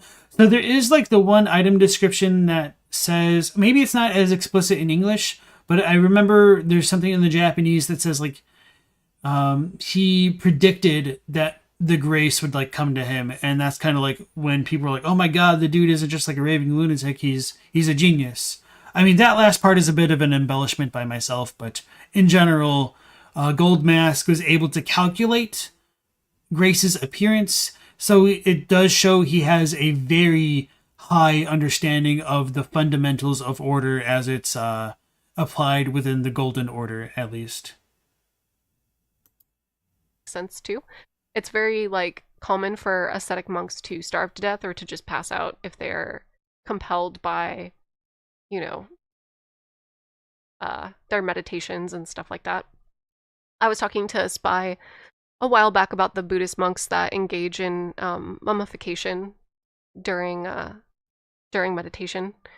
So there's a lot of really interesting practices regarding monks. However, I do think there is like a delineation between Buddhist monks and monks in Rome, because monks in Rome were seeking to understand scripture, whereas Buddhist monks are often meditating on letting go of the illusion of life.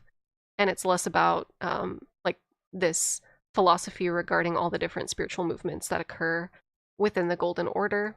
But I do think that they share a lot of the same values in that they wish to live ethically, they wish to not cause others suffering, they are challenging their desires because desire leads to suffering, and sin in Catholicism, in the ascetic monk practices, where we're kind of in line with some of the Buddhist values. So there are some. And some of like the Buddhist stuff is kind of hard to talk about because there's so many different schools of thought on the philosophy that you can get two wildly different interpretations for one question.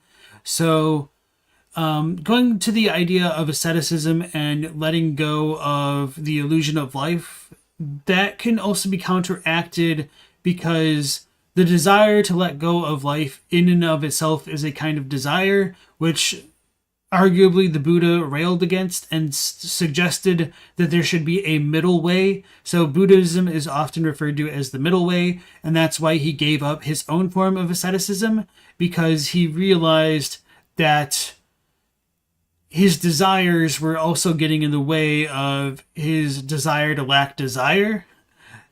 So it just became a kind of a hypocritical position for him to keep upholding for as long as he was doing it.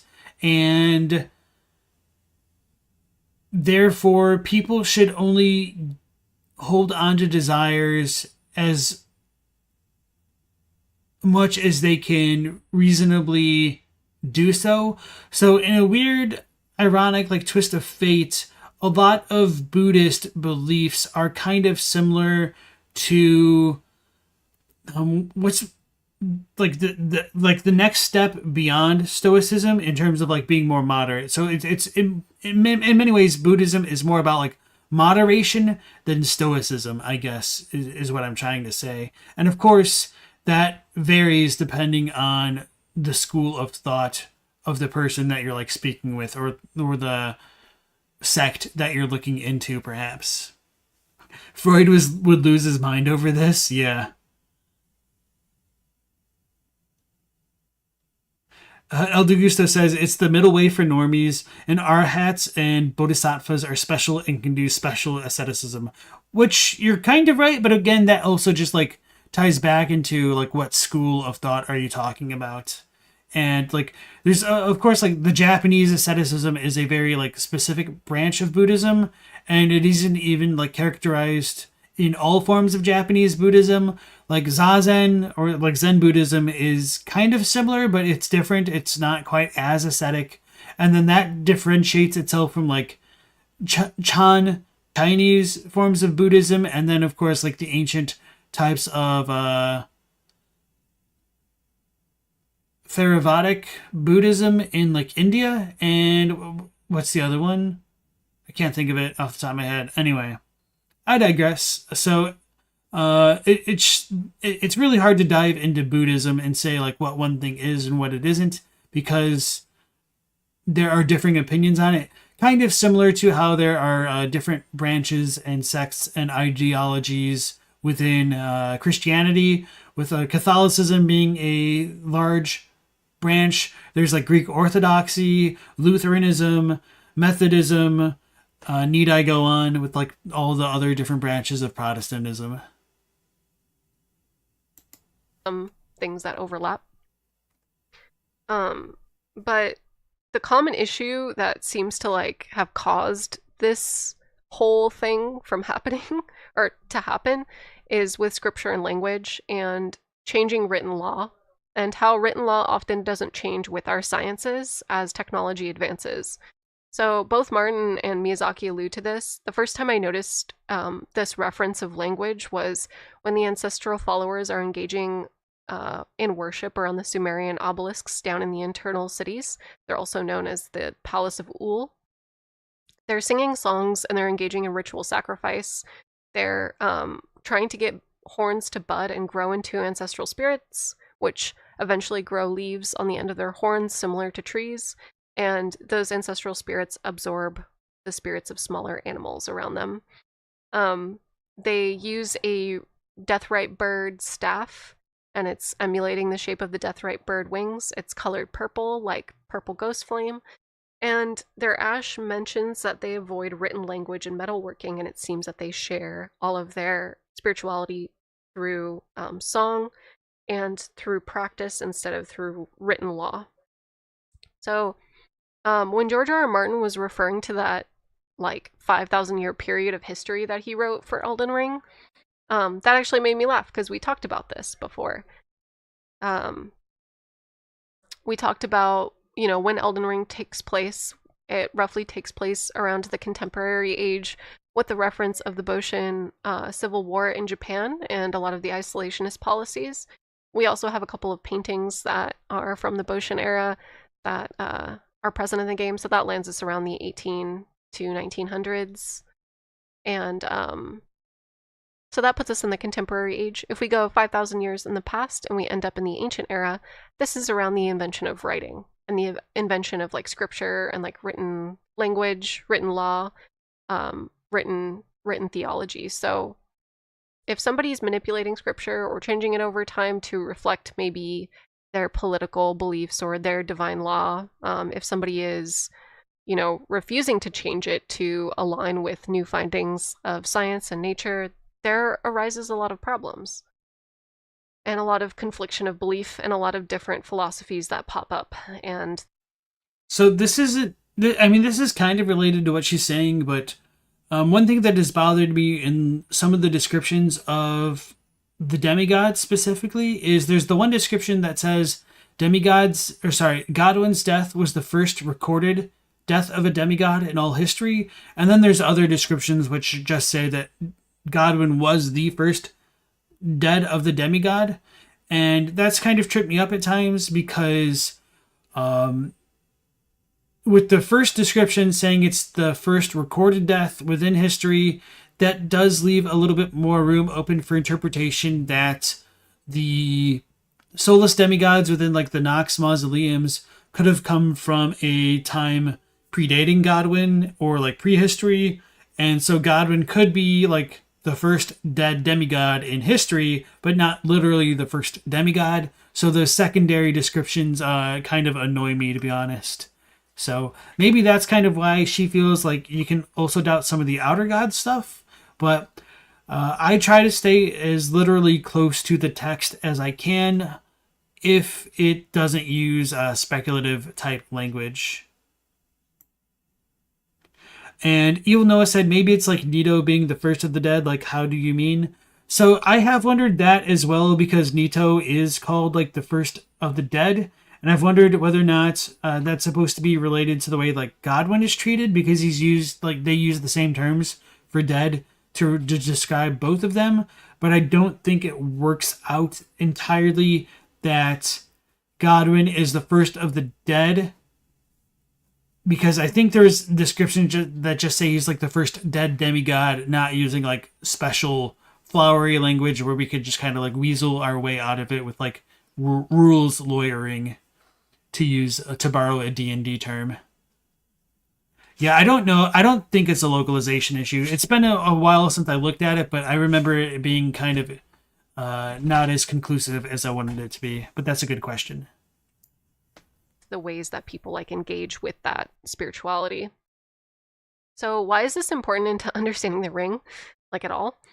If we look at cultural inspiration for the characters and for the home of Marika, which is in Landel, we can kind of understand the like early history of that location. She's in Rome. She's married to someone who's from that Osgoth tribe because of his imagery incorporating the visuals of like Celtic, Scandinavian, and German faith. The Osgoth tribe settled in West Rome, and Godfrey took over, creating the Crucible era, which was like the tree worship, which we talked about with like pagan belief being transitioned out. When Marika becomes the patron deity of the Erd Tree, giving blessings to people, she was giving people like sap. The Erd Tree talisman talks about how she used to deliver the sap herself to all of her followers, and it seemed to be this like idea of abundance and life. And it's quite interesting too, because if you combine the runes of death and life, it creates a rune that is used to refer to Freya, the Nordic god of gold and abundance and childbirth.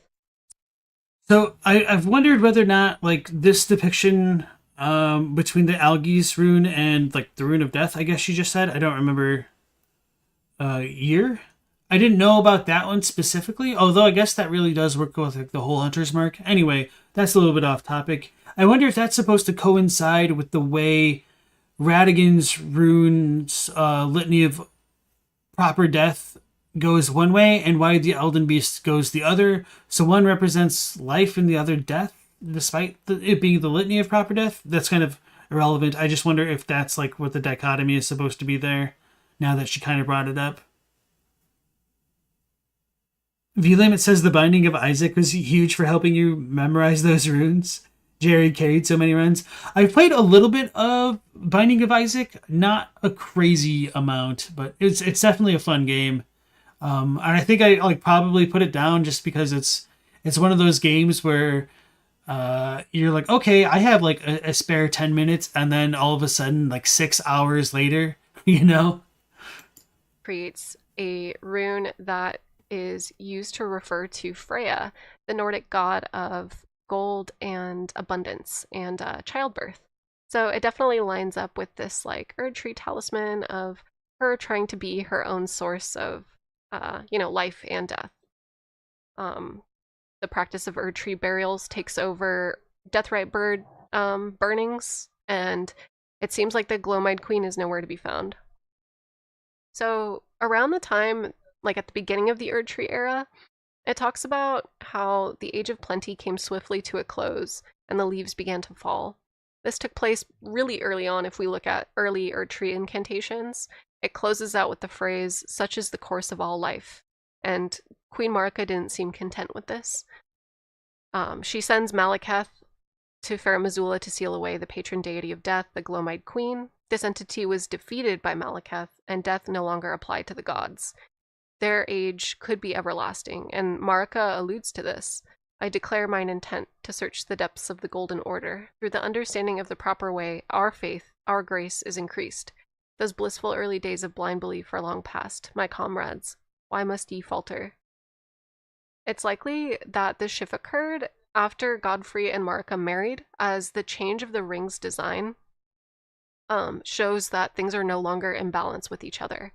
If Marika's sigil was the upright crucifix of life, and the Great Rune of Death is this like downward crucifix, then these are the marriage of opposites. This would be, the double helix, the fire of life and death. This would be likely the twin birds that are being referenced, the body and the soul. So, well, let's see. Where were we? So we see this shift away from 4 equidistant runes at the center. We don't see the double helix anymore, and it seems like all things are held together by this anchor rune, which becomes the divine golden lineage that Godfrey has, and he passes it down eventually to Godric. It should have been given to Godwyn. It could have possibly been given to Godwyn during the age of the dragon rerouting and stuff like that, but there's a lot that's going on. So the Gloam-Eyed Queen was her twin mirror sigil, and they also together create the sigil for gravity, which is the pull between two things with mass, but they also create the sigil for magnetic fields in the game of Elden Ring, which is the pull between opposites. But we're looping kind of like around in circles with the symbolism, but it's also kind of why I love this game, because there's so much here with mythology and spirituality and metalworking and mysticism, and it all kind of wraps in on itself very beautifully. It's like a very delicate, complex tapestry of interweaving concepts that all match up and play with each other really well, and I love it quite a bit. All right, so I understand where she's coming from with this, and I've personally wondered whether or not like her interpretation of the timeline here in terms of like the depiction of the Fair Missoula Elden Ring and the Erdtree Elden Ring design is correct or not. And even now, I'm still not like 100% certain about my ultimate interpretation. However, I would kind of disagree. I'm going to back up a little bit just to go to what she was saying. That so from what she said, she thinks like this could have been when, hold on, let me see what she said verbatim again. I don't want to put words in her mouth. Yeah, this would be likely the twin birds that are being referenced, the body and the soul. So, well, let's see, where were we? So we see this shift away from 4 equidistant runes at the center. We don't see the double helix anymore, and it seems like all things are held together by this anchor rune, which becomes the divine golden lineage that Godfrey has, and he passes it down eventually to Godric. It should have been given to Godwyn. It could have possibly been given to Godwyn during the dragon, the age of the... I need to back up a little bit further. Sigil was the upright crucifix of life, and the great rune of death is this like downward crucifix. Then these are the marriage of opposites. This would be, you know, the double helix, the fire of life and death. And Queen Marika didn't seem content with this. She sends Malekith to Fair Missoula to seal away the patron deity of death, the Gloam-Eyed Queen. This entity was defeated by Malekith, and death no longer applied to the gods. Their age could be everlasting, and Marika alludes to this. I declare mine intent to search the depths of the Golden Order. Through the understanding of the proper way, our faith, our grace is increased. Those blissful early days of blind belief are long past. My comrades, why must ye falter?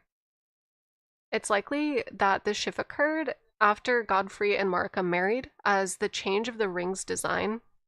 Okay, so after Godfrey and Marika married, so the way that I'm taking what she's saying is she means maybe immediately after that happened, or like very shortly after, as opposed to after in the sense of like when Radagon first appears.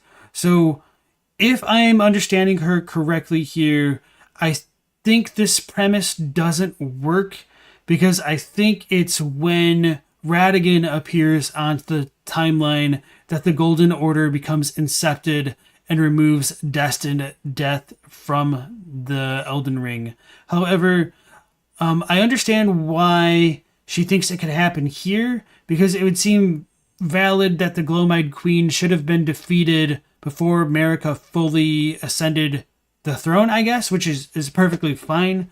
However, one reason why I don't think that works is due to multiple item descriptions talking about life coming to an end during the Age of Abundance, which is clearly Godfrey's age right there. So I think, actually, do I still have my own Miro board of it at the time when I talked about my timeline? Let me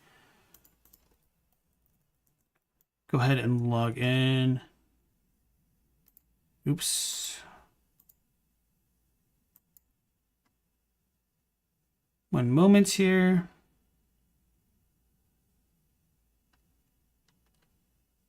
It's gonna take a second to get this all loaded in. I mean, all these pop-ups. Uh-oh.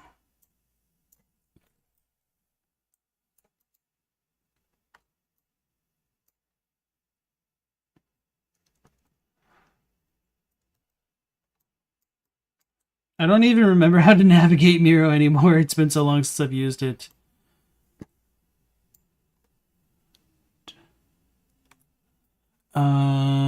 Okay, now it's working. Maybe it just It needed a second to load.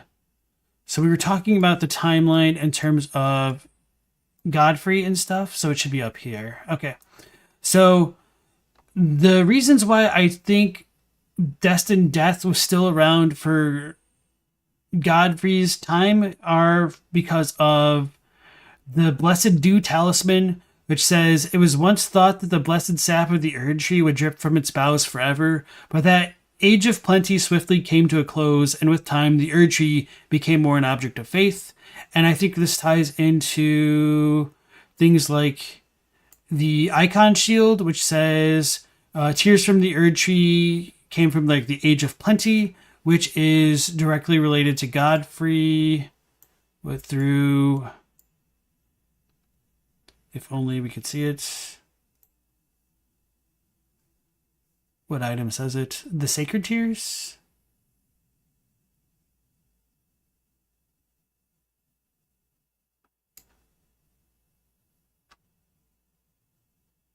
Oh, okay. The Crimson Amber Medallion. So the old sap becomes amber, and I think like the sap and the dew are synonymous, and it's the most precious treasure of like the jewels in Godfrey's time. Is the primordial life and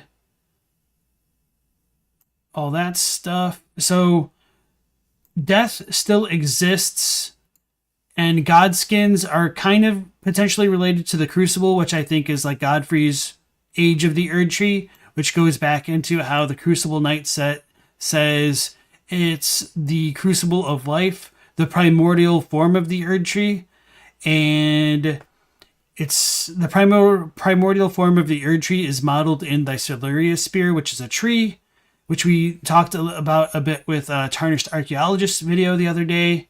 And the primordial gold is said to be close in nature to life itself, but death still exists. Man, what is the one description that talks about? Well, she mentioned it in her video where, like, the Erd Tree was no exception to death existing, I guess. So I wanted to bring that up. So death still kind of has to exist in the time of Godfrey, which to me would imply the Gloam-Eyed Queen must still exist, and that it wasn't removed until Radagon removed the Rune of Death from the Elden Ring with Marika and Malekith, which is stated directly in the Mending Rune of the Death Prince and Ania's dialogue as well. I don't know why it's like moving between the hand. Oh, maybe I just accidentally pressed V. Do I have like the Rune of Death description anywhere? Not Rune of Death, the Mending Rune? I don't remember. So just like take my word for it for now, rather than like me pulling up the direct quote, I guess. All right, so going back to chat.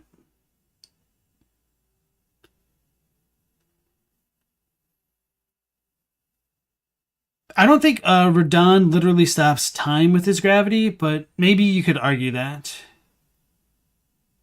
Koyamusa, welcome in, as well as Reza. Nice to see you guys. Maybe you're lost. Wouldn't the vitality of the Erd Tree return with the removal of Destined Death, since sap is now far less present than the past? I think that's kind of what Marika was planning, and so I guess I should have explained that as well. Thanks for like bringing it up so I could remember to explain it this way. I think once Marika took notice that the Crucible's period, the Age of Plenty, was coming to a natural end, as Quelaag said earlier in this video, she was like, oh, hell no. So she decided to remove death from the equation, and I think that's kind of what led to the inception of the Golden Order and Golden Order fundamentalism by researching the grace that the Erd Tree provided. Eldegusta says, Tarnished Archaeologist has a video that the Gloam-Eyed Queen could have been the goddess before Marika. I understand where they're coming from with that, and I think there could be a bit of nuance with it, because the Erd Tree with Godfrey did exist as the Crucible, in my opinion, and throughout that time, death still existed, so I don't think the Gloam-Eyed Queen was removed until Radagon created the Golden Order and caused America to become an adherent of the Golden Order and remove the Rune of Death directly. But I think even like no matter what you come up with, there's going to be some pretty big issues with the lore, because if the Gloam-Eyed Queen was still around when Godfrey was still around, what the hell does that mean? Because wasn't Marika supposed to be queen? Wasn't she still supposed to be the vessel of the Elden Ring? These are very big questions which have really messy answers. One of those messy answers could be that the Gloam-Eyed Queen and Marika could be the same person, potentially the same way that Marika and Radagon are the same person. And one of the thoughts that I've had is the Gloam-Eyed Queen could be Melina, who is described as Lady Marika in the internal Japanese files. But again, that's an internal file. It has nothing concrete in the game and should be treated with a hefty amount of skepticism, because I just kind of hate how you need to rely on cut content and dev interviews and internal file names to piece together the lore. So that's kind of one of the issues I think FromSoft definitely has with their storytelling, as we kind of mentioned very briefly at the beginning of the last video. So going back to what Quelaag was saying briefly, and to just kind of re-summarize everything, she's making it sound like the removal of Destined Death would have happened perhaps shortly after Godfrey and Marika became united, whereas to me it seems most likely it would have happened once Radagon came onto the scene and wed Marika, metaphorically speaking. Shows that things are no longer in balance with each other. If Marika's sigil was the upright crucifix of life, and the Great Rune of Death is this like downward crucifix, then these are the marriage of opposites. This would be, you know, the double helix, the fire of life and death. This would be likely the twin birds that are being referenced, the body and the soul. So, well, let's see. Where were we? So we see this shift away from 4 equidistant runes at the center. We don't see the double helix anymore, and it seems like all things are held together by this anchor rune, which becomes the divine golden lineage that Godfrey has, and he passes it down eventually to Godric. It should have been given to Godwyn. It could have possibly been given to Godwyn during the age of the dragon rerouting and stuff like that, but you know, there's a lot that's going on. So the Gloam-Eyed Queen was her twin mirror sigil, and they also together create the sigil for gravity, which is the pull between two things with mass, but they also create the sigil for magnetic fields in the game of Elden Ring, which is the pull between opposites. But we're looping kind of like around in circles with the symbolism, but it's also kind of why I love this game, because there's so much here with mythology and spirituality. I kind of think I need to rewatch the part where she talks about like the sigil for gravity, because I'm not entirely following. But one thing that's also kind of weird is on the door of the Erd Tree itself, the Elden Ring is inverted for whatever reason. I kind of noticed that again last night when we were looking at somebody else's video. I should have footage of it, so I think I could show it here now. Not that I like necessarily think that ties into gravity directly, but just maybe in terms of like reanalyzing like the idea of life and death, maybe that might like invert it, because there's this really weird thing on the door itself where it's like connected to one Erd Tree, which is like connected to roots, which comes back into like another Erd Tree depiction that are like kind of stacked on each other in unintuitive ways. So maybe this will be... Oh wait, no, this should be it. Okay, here we go. I don't think I could like zoom in like CSI style on this, unfortunately. Actually, I've got an idea. Let's... no, never mind. Actually, yeah, we can do this, right?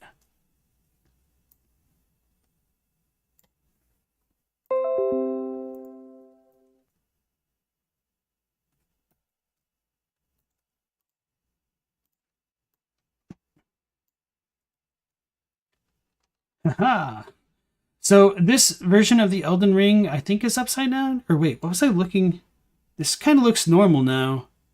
Was it a different section of it?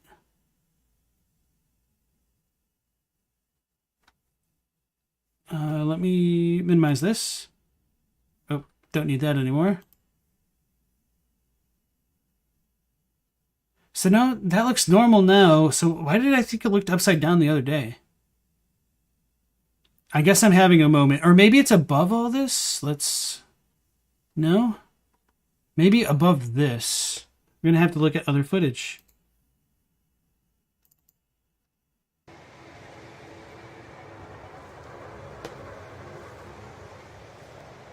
Okay, there's nothing up there, so I guess I am just losing my mind is all. Never mind. I take back what I said.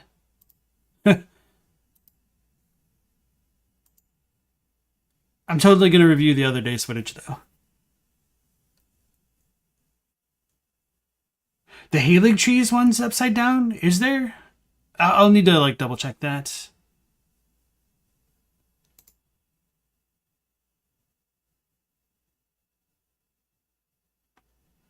Okay. And metalworking and mysticism, and it all kind of wraps in on itself very beautifully. It's like a very delicate, complex tapestry of interweaving concepts that all match up and play with each other really well, and I love it quite a bit. But let's look at Rome again and do like a quick recap of everything we just talked about. So, fundamentalists struggled with sciences, early astronomy, and they declared a lot of those things heresy. Romans banished or executed anyone with differing ideals that threatened their spiritual or divine law that gave them authority to rule others. For example, Charlemagne and Constantine were the kind of like the big perpetrators of this, although a lot of other rulers engage in this practice. They'll typically, like I mentioned before, burn down churches, destroy altars, build churches on top of holy grounds, or incorporate other deities or gods into their religion as what's called daemons, or being. So next we have a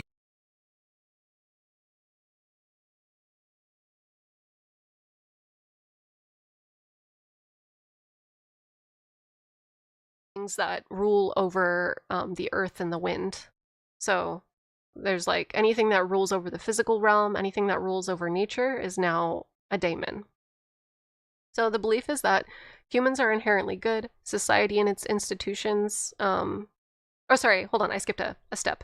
So ascetic monks in the East and West question the motives of the church, creating transcendental spirituality, which focuses on independent approach from scripture and their institutions. They don't like violence and disengage from desire and will often give their own possessions away. The belief is that humans are inherently good, society and its institutions as an organized religion and politics are corrupting. Instead of being part of them, humans should strive to be independent and self-reliant. Spirituality should come from the self, not an organized religion. Insight and experience are more important than logic. Nature is beautiful and should be deeply appreciated and shouldn't be altered by humans. If Ronnie's ending is about the removal of outer concepts into deep space beyond the veil so that way they don't have influence over our life, Goldmask's would be about keeping those concepts or outer influences intact, but rejecting the divine rule of conquest that Marika had, and rejecting the acknowledgement of the two fingers and any intermediary that says that they know the will of God. And so that's what Goldmask kind of stands for. So Goldmask and Ronnie kind of have somewhat similar ideas, but quite different. And that's why I'm a Goldmask stan. But there's a lot of mysteries here, obviously, regarding the details of Queen Marika's past, and I'm totally willing to admit that I'm wrong. Maybe the DLC will paint her as this extremely sympathetic figure, but as far as I see it, all I see is like her era creating a situation in which she's very afraid of death. She sealed death away. She is very scared of losing her tree and her era. She is trying to protect the cycle of life and death that she created, but it's fundamentally flawed because she sealed away death into this cycle of the Erd tree. So it's kind of like she created her own problems, her own cycle of problems, her own cycle of suffering. That's what Marika did. But yeah, that's in general how I feel about the ring. I also feel that like all the stones, like all the different outer god jewels and stones, they obviously buff magic or like imbue certain spells and like incantations with like extra power. So it's pretty cool to see that like there are these like souls or soul force in the order of outer gods. But yeah, love to see it. Love all the imagery. Love it all. It's great. And that was my TED Talk. Thank you all for watching, and thank you all for sitting through 2 of these videos because I had to. Oops, I haven't sat through 2 yet, and this is the first one we looked at. So yeah, I think that's a good video, and I figured out what my problem was looking at this. So in my mind, I was like looking at it from like a top-down perspective. So this ring would have been on the bottom because I think I was thinking of like the litany of proper death in the Elden Beast at the time. So okay, that's definitely my mistake or misremembering things. So yeah, okay, let's go ahead and let me double check how it looked on the big thing right there. Yeah, so because of like the way that these roots grow out of it, I don't know. That's just me messing up because it's this thing that I was thinking of originally. So I thought maybe that this portion was on the bottom, I guess. I thought, yeah, okay. So this is a little bit weird because like there's roots growing into like this weird canopy tiny tree above this other depiction of a tree, which is above the Elden Ring, which is in some other roots. So that's just kind of like a weird thing about the design of the door of the Elden Ring, which might go into the idea of like a tree being grafted on a tree on top of some roots, but we can leave that one alone. I think this is a really interesting video by Quelaag.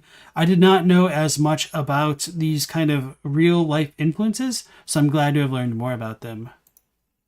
Let's go ahead and link it into the chat. If you guys enjoyed her video, you can check it out there, leave her a like or a comment. Correct myself about fundamentalism and transcendental ideology. I think I accidentally said that Goldmask was a fundamental.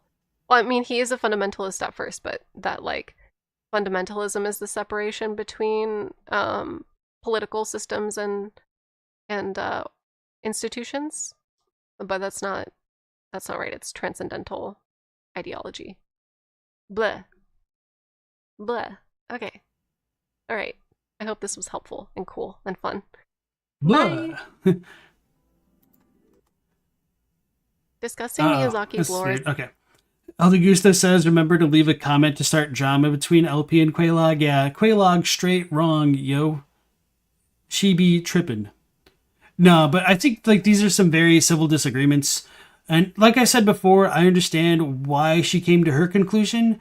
And I've come to a different conclusion based off of like the other things that I think ordered the story in a certain way. So like I said a moment ago, I do think this is a very interesting video.